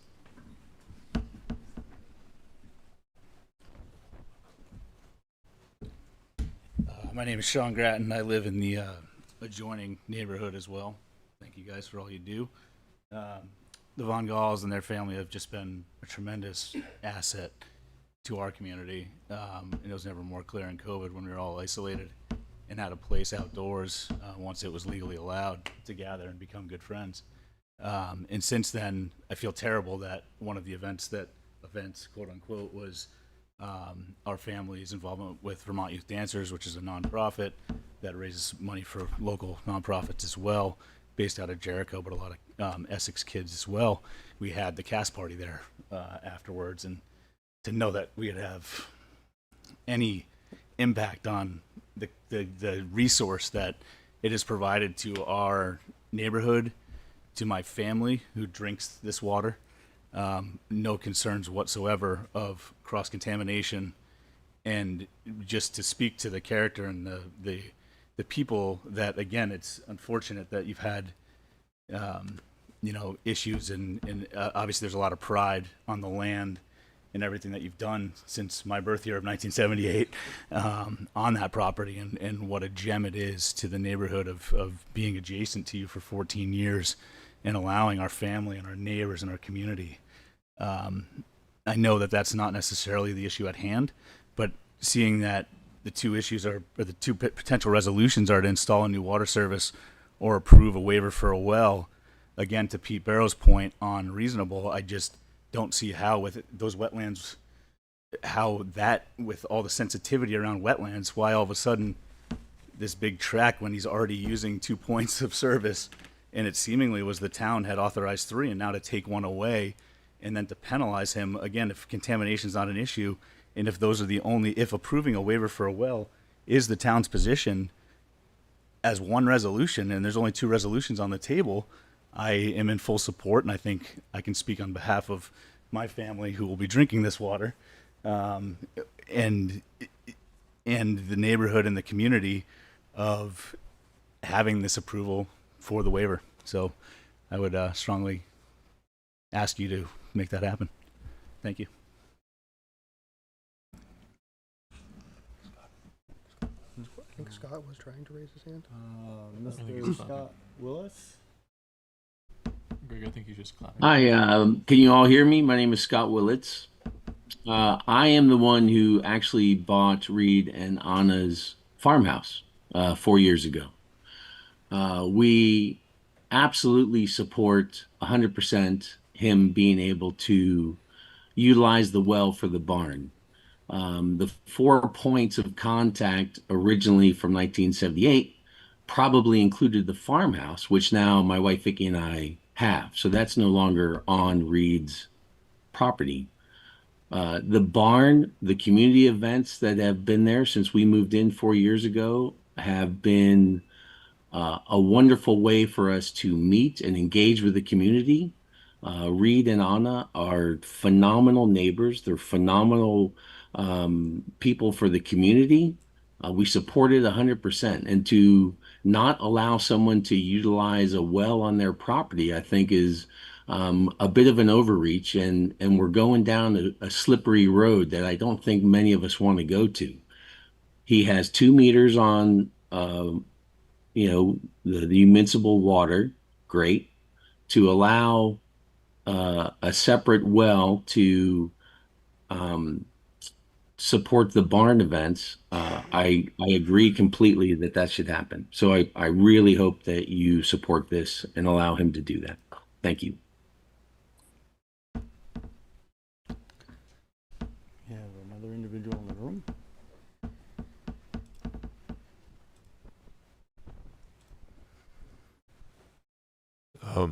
Hi, my name's Ken, and I wanted to come up here in support of Reed. I met Reed about 10 years ago, played in a band, and a friend of his was getting married. He put it together in the barn, and I put together a band for him. He was also a friend of mine, and that's kind of the work that Reed does. It's providing a tremendous resource for people that can't otherwise afford a nice wedding in a barn, which I can tell you they run about $10,000 to $20,000 out in the real world. I don't know about you guys, but I don't have that kind of money to pay for my daughter's wedding. So he's been doing this for a number of years, and he's also been contributing, doing a lot of charity work and having charity events. So I would just say, as Vermonters, we should work together to a solution. And it appears to me like Reed has tried to come up with some solutions here, whether or not you were informed or the town was informed in a timely manner. It seems to me like he's in compliance right now, and I would strongly support a waiver. Thank you. Anybody else online? No. Can I make a comment? The concern is that even though they're completely separate systems, and everybody agrees if it stayed that way, there would be no possibility for intermingling or cross-contamination.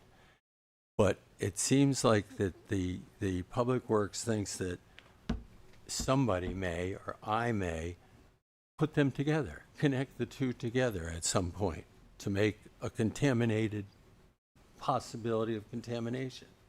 And I just don't understand why somebody would do that. Why would I want to take town water and hook it to my well, or take my well and hook it to town water? I just don't see. I mean, there's separate buildings, there's separate everything. To me, and if that is the case, that people tend to want to do that for some reason, there's probably a 1,000 places in this town that people could do that if they wanted to go and dig up a pipe and hook it to town water. I mean, I just don't see how that's an issue. That's all I'm saying. I can certainly see if I had said, well, I'm just plumbing into the same thing and I'm going to have a valve or something, and there was some accidentally a valve could get switched and then this could happen. I can see your point. But the point that I'm making, if it is separate 100% on day one, I would sign whatever you need, that people could come to my house anytime they want and inspect the barn, inspect the house, whatever you want, because there's no reason I would ever want to or connect the two together. So anyway, and since that's the only concern of the Public Works, according to what he wrote, I think that's a non-issue. And then the other point, what Pete Barrow is mentioning, when it says that reasonably, you guys are to look at whether it's reasonably accessible. That's what it says. It says right there, if it's reasonably accessible, I have to hook to it. If you feel it's reasonably accessible for me to blow off $15,000, $20,000 for no reason, then I don't know where we go from there. But anyway, that's all you have to look at is the rules. It's not, it cannot cross-contaminate, and it's not reasonably accessible. Those are the points that I think we've made a pretty good argument for. Thank you. Can I ask Annie a question? Is there any instance where Public Works would support a well being drilled within the town's municipal water service area? No. We've turned down people before who have had health concerns with the water supply, and we told them that they need to find a property that supports a well. So we've never approved one in the past. There's not been one approved in the Champlain Water District's system. So this would also set precedents in a different way. So please be mindful of that as well. I think she's talking to me. Yeah. Huh? So why aren't they filling in the old wells with concrete? I can't answer that question. So where did that information come from about not allowing that? You just said that they're not allowing that anymore, but that's not. There's an existing well to this day. I can go get water out of it, and the house is on water right on Main Street, Colchester. CWD. I'm saying new wells. New wells, right? Not existing wells. I'm talking about new wells. Right. But why wouldn't they have it in there to fill in the old well? I don't know what's in their regulations. Okay. I'm not an expert in Champlain Water District's regulations and what they require. Okay. And then I got 3 questions. 2 of them are for Greg, and one of them's kind of a broad question. In 2018, or 2019, fall of 2018, was it 18? Fall of 18 or fall of 19, or spring of 19 when the meter got put in? The last meter was put in, yes, right around. Spring of 19. 2020, I think. 2020, so fall. It was fall of 19. Yeah. Okay, That regardless. was, just to mention, that was the Third meter on the property, So correct. obviously there's not 2 points of use. Correct. There's 3 meters. There's 3 meters. So from 2020 to 2023, let's just say, was it 25? 24. What month? January, It was like July? July. Of 24. August was when it was found out. Okay, so for 4 years, the town installed a meter over there, and he was allowed to use the water with 3 meters. So when this was found, was there an incident report written up for who approved this and authorized the town employee to go there and put the meter in, or was it just we made a mistake, but it's okay because now we're just gonna rip them out? I don't know. I'll have to look into that and get back to you. Okay, so we'll have to get an incident report for that, or see what happened, or how it was approved, and how nobody noticed, and then the second question to that about the tapping on to the water, right? You know, and I think this is something that should be done regardless, but the water main can break anywhere in the town of Essex at any point in time, and there could be a leak, right? The meter's at the house. So from the house where he could alter the system without digging up the yard, or I mean, anybody could dig up the yard if they really felt like it. You could put a tap in overnight. The meter is going to read an average on the house. Single family home, 4 people in it, they're going to average, let's just say 600 gallons a day. I'm not a water specialist, I don't know that number, but it's pretty common. So when the town is watching this property and seeing that they're using 600 gallons a day, and then he doesn't use any water for 4.5 months or 6 months or whatever the time that he leaves the property, why would that not be sufficient enough to know that there's no alternate tap on that meter? You send a water bill every month based on water usage, right? I don't think I understand your question. So if you monitor the water usage on the property for the 2 town water taps, and they're both to single family homes, and they meet the average, they're within the threshold of the average usage, why would it raise any suspicion of an illegal tap onto either one of those services? Interesting. If we noticed a difference in the pattern. Yeah, that's not what happened. It wasn't based on. I understand that. I'm saying that's the future. You're saying If he uses a well for the barn and you monitor, like every other property, you know, everybody's, a lot of them are set up differently, but now they're inside the house, right? Meters? Yeah. Yes. In the basement. Yes.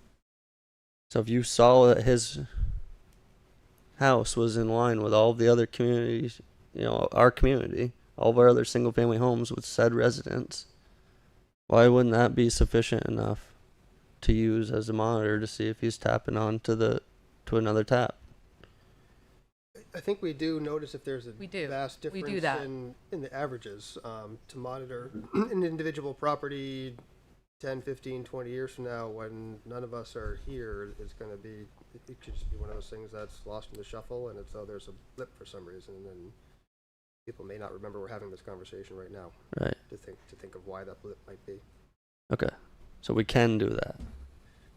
We can see there when there's a difference in an average, right? But Correct. But it doesn't necessarily mean that it's an illegal tap. It could be a leak in the house. We don't know what Right. the increase Your in toilet valve consumption- can get stuck on. Many things can happen. All we can see is that there's an increase. Right. Or decrease that could Or be for decrease. people moving out or on Mhm. vacation or away for out of town for some period of time. Right.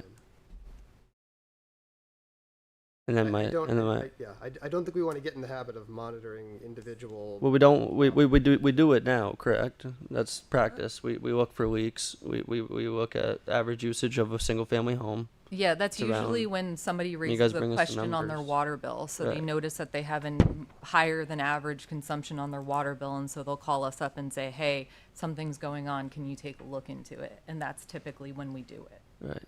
So it's like somebody notices, and it's usually the user. Okay. So we're not monitoring for anybody else, just for Mr. Von Gall, if we were worried about.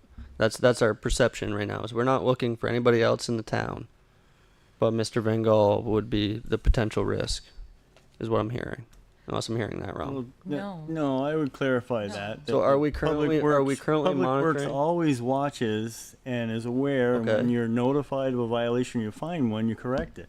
Nobody can know all the violations until you find them. What if the town made the violation? So if the town makes a violation, we get notified of it and you work on correcting it. Okay. So And then my we're very getting last a little bit question. off the subject at the moment. How is that off I would the just like to subject? clarify that to me this is an easy lift in the sense where why would you want to make it more difficult with a rule and risk public health? So, Andy.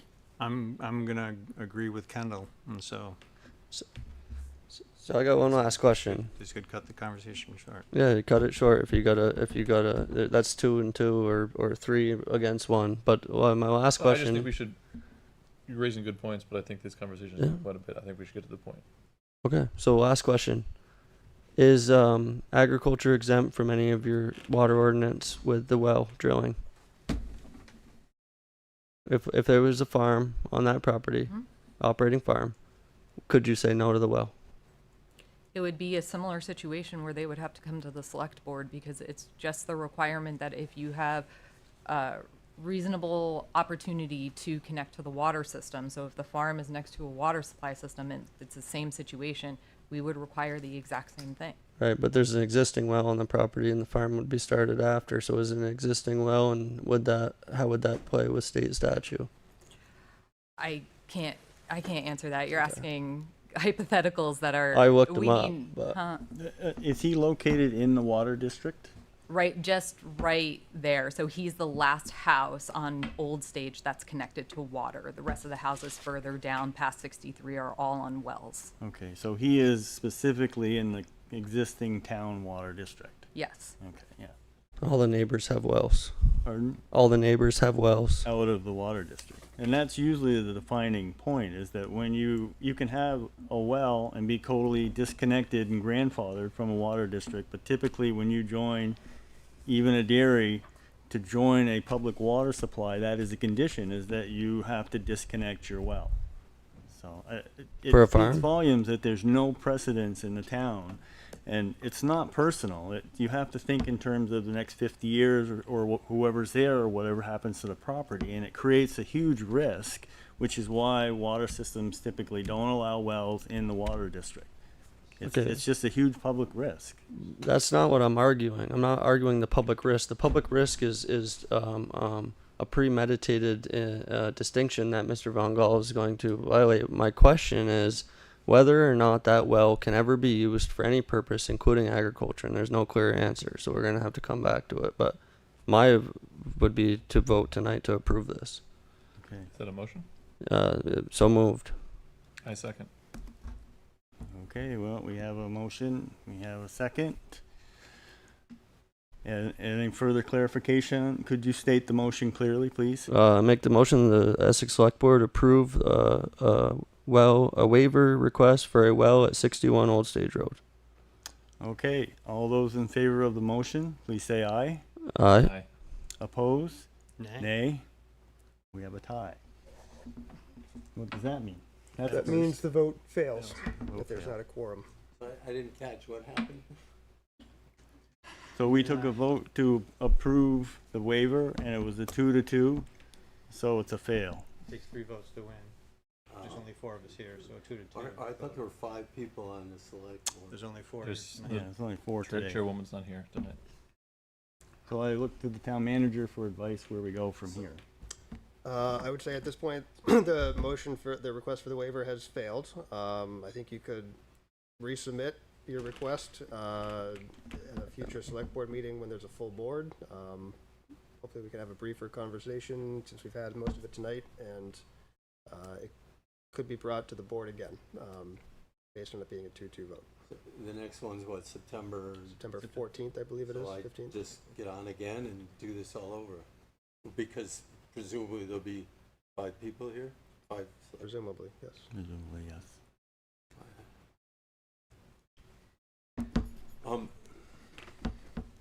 Could it be done such that you pull the meter from my house, and then obviously it could never be cross-contaminated, and I'd use the well for my house and the barn and Move on to the everything. next agenda. Is that, would that satisfy you? That's the same issue. Yes. Yeah, But it's not, it's not, I couldn't connect anymore. You'd pour concrete down my curb stop for my house. There's no, I'd be, what would I, how would I cross-contaminate that? You're saying now that you think that I'm going to do some plumbing work and cross-contaminate for some reason I don't understand. No, But let if me I'm- clarify that it is not personal. We are not accusing you. It is not to punish But you. That is obviously- not where we're coming from. We are purely looking at it from the view of the town rule, the ordinance, the best situation for the water system in the town for the future, forever. The It's not ordinance personal. says I'm actually reasonably quite available. surprised that the ordinance offers as a waiver a well as opposed to allowing you to have 4 connections on a single service.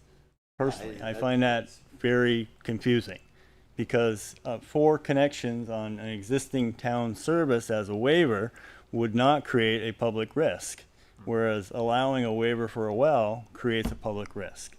So I hope that clarifies it. But the ordinance says reasonably accessible. Can we So move on to the next Are you agenda? saying that Pardon? it is We move on to the next reasonably agenda accessible? So we've had the vote. At this point, it has been denied. You're welcome to bring it back for the September 4th. I urge you to talk with staff further. But that question of whether if I pull the meter for my house as well, I guess that's to Annie, if she would recommend. that- Yeah, again, it's the same situation as we've said. So I would just urge you to continue forth with staff. But And that's, I'm wondering, when I come back in September, can I propose that? Is that something that would? that will be between you and staff going forward. But we need to move on to our next agenda item. And thank you for coming. Yeah, it's So- just the rules are the rules, and you guys are not. Well, no, we had a vote. So it's- Their motion was made, the motion failed 2-2, so we have to bring it back. But I just want to point out that it's a deal breaker for the barn if I can't do this. It's a deal breaker. It's over. What I just presented tonight is gone, and it's just sad, really sad. So our next item on the agenda is a discussion about the select board budget goals for fiscal year 2027.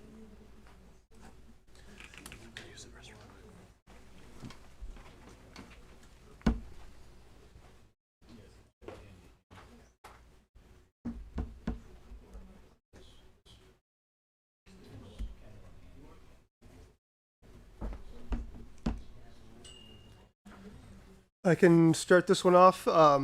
So staff has already started at the managerial level to start to talk about the budget and start the budget process and prep that.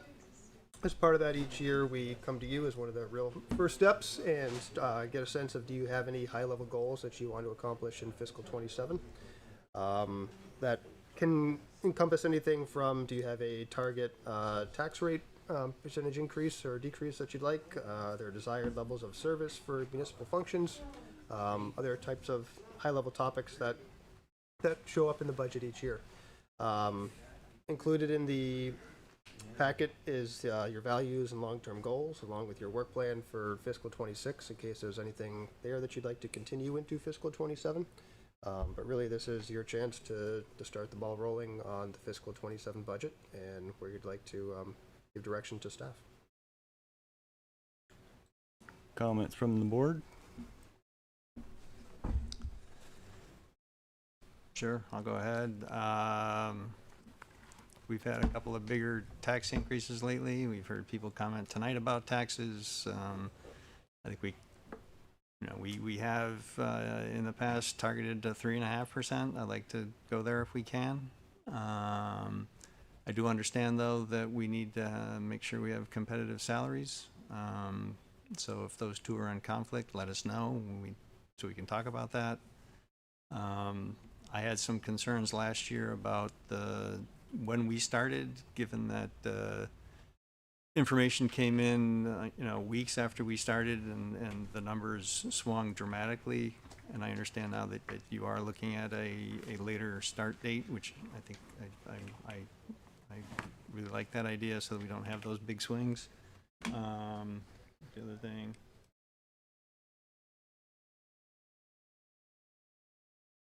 The other thing is I want to make sure we have a very clean and clear story about fund balance, with a clear recommendation of what we do, or what we want to do with it. Maybe it's,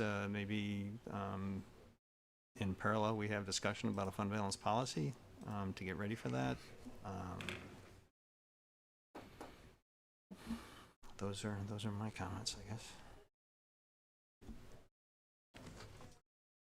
Can I add to that? Do we have an idea what the percentage increase to the budget would be with just the staff wages? Maybe like that? Not offhand, but we can look at getting you that information. Yeah, because with a smaller percentage increase, it would be nice to know exactly what percentage of the budget needs to go up just for increases for staffing. Right. So. And do you, I'm assuming that means salaries and benefits when Yes. health insurance premiums. Yeah. Yes, if we had that number, then we could determine what the actual rest of the budget would, which is a little more flexible, more or less. Just a suggestion. I'm sorry, I had to step out. Drank a lot of water today. Andy, I heard some of your comments. Ethan, have you shared yet? Okay, well, I'll just jump in. I've heard multiple times, both in conversations with people at the grocery store as well as here at public comments, about the affordability of Essex. So I know it's this, it's listed in our core values, it's listed in our goals about trying to help make sure that Essex is inclusive as well as affordable. And as Kendall was saying, let's see what the minimum, requirement is, but let's try to see if there's areas to save. There's obviously a lot of things we'd love to be doing. There's ways we could enhance the town, but I think it's really important right now when people's wallets are being strained so much that we try to keep this as low as possible. Ethan? That was gonna be mine, but I was gonna be a little more spicy on the tax policy because the tax rate, because the last 4 years I've heard the same thing, other than the 1 year we had the transition year that was rough, but we bit it off and we did a good job. But it's been one of my goals for 3%, 3.5% for the last 3 years, and unfortunately every year there's a way for it to become 4.79, which is 5%, and it's been consistent for 3 years now, and I would like to see 2%. I would like to see it under 2%, and I just want to remind that there's a lot of goals that we have set this year for different things that are potentially cost savings. Maybe we look at fund balance, as Andy mentioned, our fund balance policy needs updating. I think our purchasing policy also needs updating. I think the true, I don't know, Andy will know a little bit more about what I'm trying to say, but there's a means of how our capital is designated to be set. I don't know what the policy exactly is called, but there's a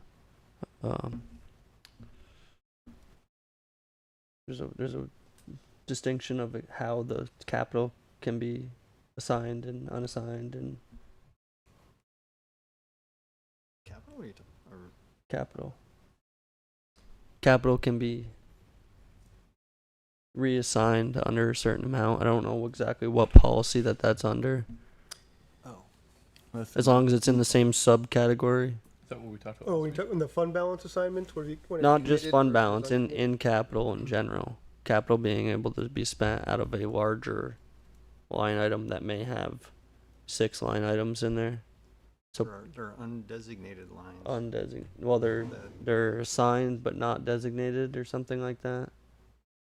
But anyway, I want to look into that whole process and how that's worded and written, so we can kind of have a straight answer of, once this is put here for this, it cannot be used even if the other is short, and those kinds of things, because it can happen over the years that if one category comes up short, or let's use buildings for an example for capital. One building oversees the individual line, but not the group line.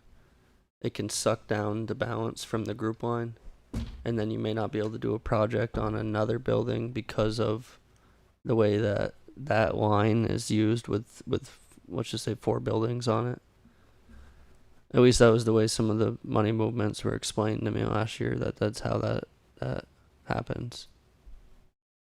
There's a sub line, like you'd have recreation buildings, and there could be 7 buildings, and if building one needed $300,000 but only had 40, you could take the other 260 from the other 5 buildings to do the project. Right, we would come to you for permission to do that. So we would bring that to the select board for approval to make that. Right. So what policy is all of that procedure under? That's largely just practice. That's the capital policy that we presented last meeting? Yeah. And after that, we agreed that, we need to look at the purchasing policy at the same time as the capital policy, because those two are so intertwined. As long as that makes sense to everybody as to what policy I was looking to look at, that's on my list. And then the very last thing I would like to look at this year. I know we did a little bit of it. We've made some changes here and there, but I think that our user fees for the parks, specifically in Ianbrook, I think that there's some conversation to be had there.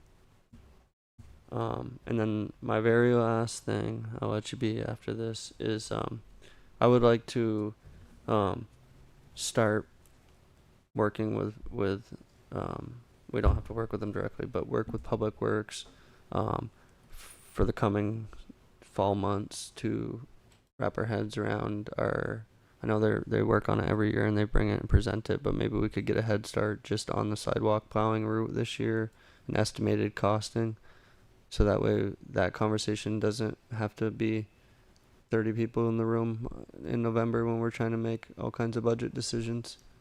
I've heard some stuff already about sidewalks for winter, and I think it's just something that would be beneficial.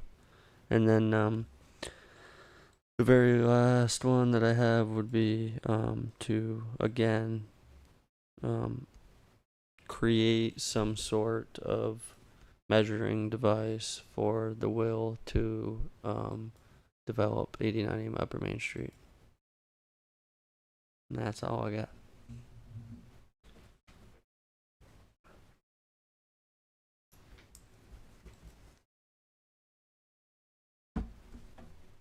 I don't know if this is the place, but as long as we're going through specific goals and different things and things that are pulling off our plan, will there be a discussion when thinking about the budget about looking at a lot tax or a meals and rooms or things like that? I know we've talked about that during our strategic planning session.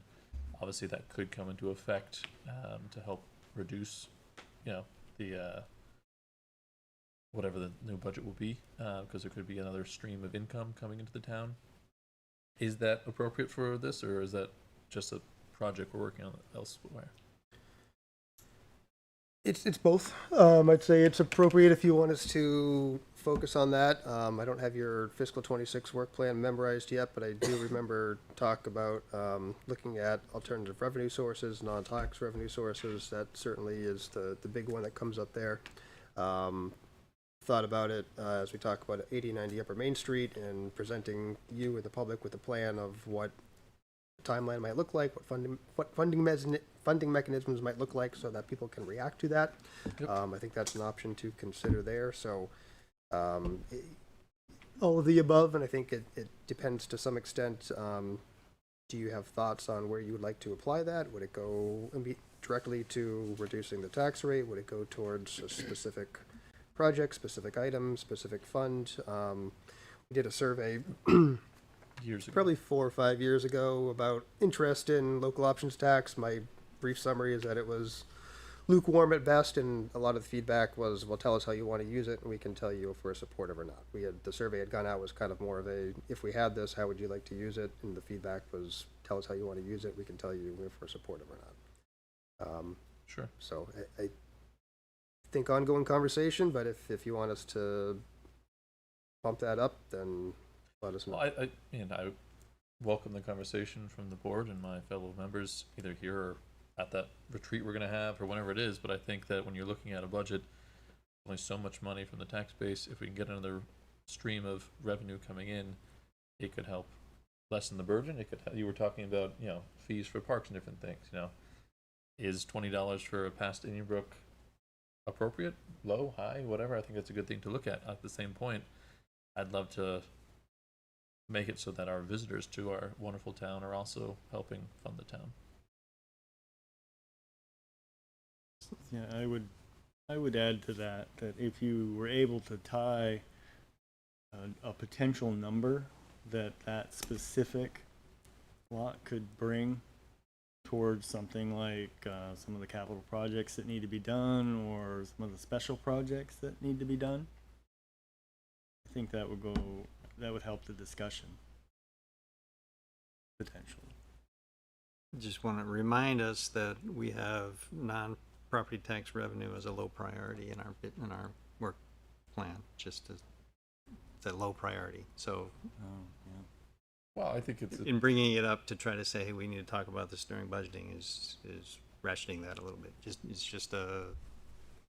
No, you're absolutely right. But yeah, I'm raising this as they asked for the goals of the budget season. I think another could be additional revenue stream or something to help keep that low. But I'm also a realist that I understand with budgeting, as we talked about, there's fixed costs that are going to be necessary with healthcare increases and staffing and union, salaries and things like that are expected to go up. I haven't seen a huge surge of people moving to Essex over the past, 365 days. So I don't expect our base to have grown. So it's just throwing out ideas. But thank you, Andy. I'm tempted to say more, but it's not the topic. About it. Yeah. Someday we should have a deeper conversation about it. Maybe I'll just throw it back to staff. The question is, where do you see at this point a big budget that the select board needs to be focused on? I mean, I know you wouldn't say all of them, but you must have kind of a feel of where you think the challenges might be. Mm-hmm. Just something that you could let us know in the future. Yeah, I'll have to give that some thought. We haven't gotten into really penciling in or projecting out where we might land yet, so it's tough to really answer that question. I think you've brought up good points and questions about, and we've heard you on whether it's sidewalk plowing or plowing in general or mowing. Are there areas that we should be looking at or can look at? I think that's going to be a fairly high priority as far as this budget. And I hear you, and as far as affordability, and I hear the residents as well. I think looking back at the past few years, in my opinion, it's been a balance between trying to keep the tax rate at a manageable amount after that first separation year, while also hearing from a lot of people and a lot of good desires of what types of service improvements we can make. That does come at a cost in a lot of cases. So I think just keeping that stuff in mind, and we'll try to put together, we will put together our best proposal for you to consider, and as far as what service levels we think we have and what we're hearing and what you're asking for, and then have a good conversation about where's the right budget amount to fund the services that people are expecting in town. Okay. Thank you. Does that answer your question? Does that make sense? Yeah, okay. That makes perfect sense. When will we have the date for that, budgeting workshop? You should be getting a doodle poll tomorrow to start scheduling. Cool. We're looking at the first 2 weeks of December. In my ideal mind, or my mind, it would ideally be towards the end of that first week or the very beginning of the second week. You have a board meeting that first Monday in December. We don't want to do it on a Monday for that reason. We don't want to do it on Tuesday because we'll probably be tired from the night before, but Wednesday, Thursday, Friday would give us enough time to prep and try to get you some feedback ahead of the second regular meeting in December. And you had also mentioned that I think you called it a budget packet or budget something will be available in November? Correct. So we always try to get you the budget packet, and that's what you review in that first budget workshop day. We have all the department heads come in and present their budgets, run through what's different, what's changed, ask questions of you, answer questions from you. And to do that, we try to give you a good couple weeks to review the budget, let you have time to go through it and make your notes and get your questions ready. So with that in mind, we're probably looking at mid to late November to get you a budget packet. Great. Have it over Thanksgiving. Thank you. Mm-hmm. So Shannon, do you have access to old select board meetings? Or does his access start when he became a member? Because you could go back and look at last year's just to get a feel for what it is. Right. If there is if I could borrow that. Yeah, I at got least. it printed. It might even be in my bag. Yeah. By access, do you mean recording? On the line, online. Oh, I mean, in the civic clerk there, I'll have to look. the I online haven't packet. Dove back up. I've only looked at the ones I've been at, but that's interesting to look at. Thank you. Because Yeah, no, that's a good idea. I'll give you mine. just to give an idea what it looks like, what you got coming at you. It's big. Yeah, I'm sure.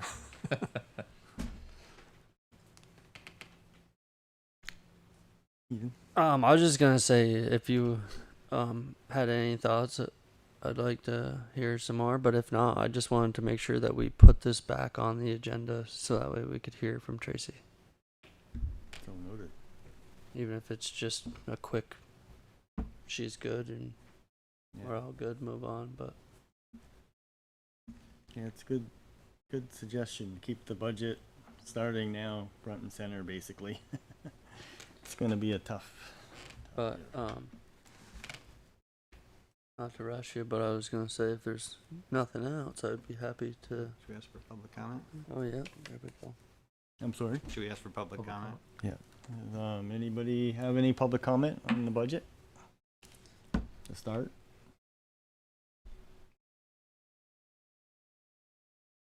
Guess not. Looks like we're good to go. Passed.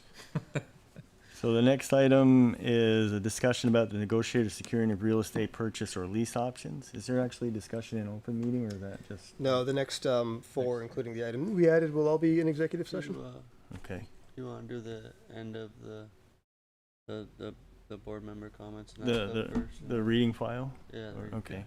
So we'll move on to the reading file for board member comments. Just got two comments. I wanted to congratulate the new chairs and the vice chairs and clerks for all our volunteer boards that have been elected. I read through a bunch of the minutes of the various committees, and it sounds like they're getting off to a good start.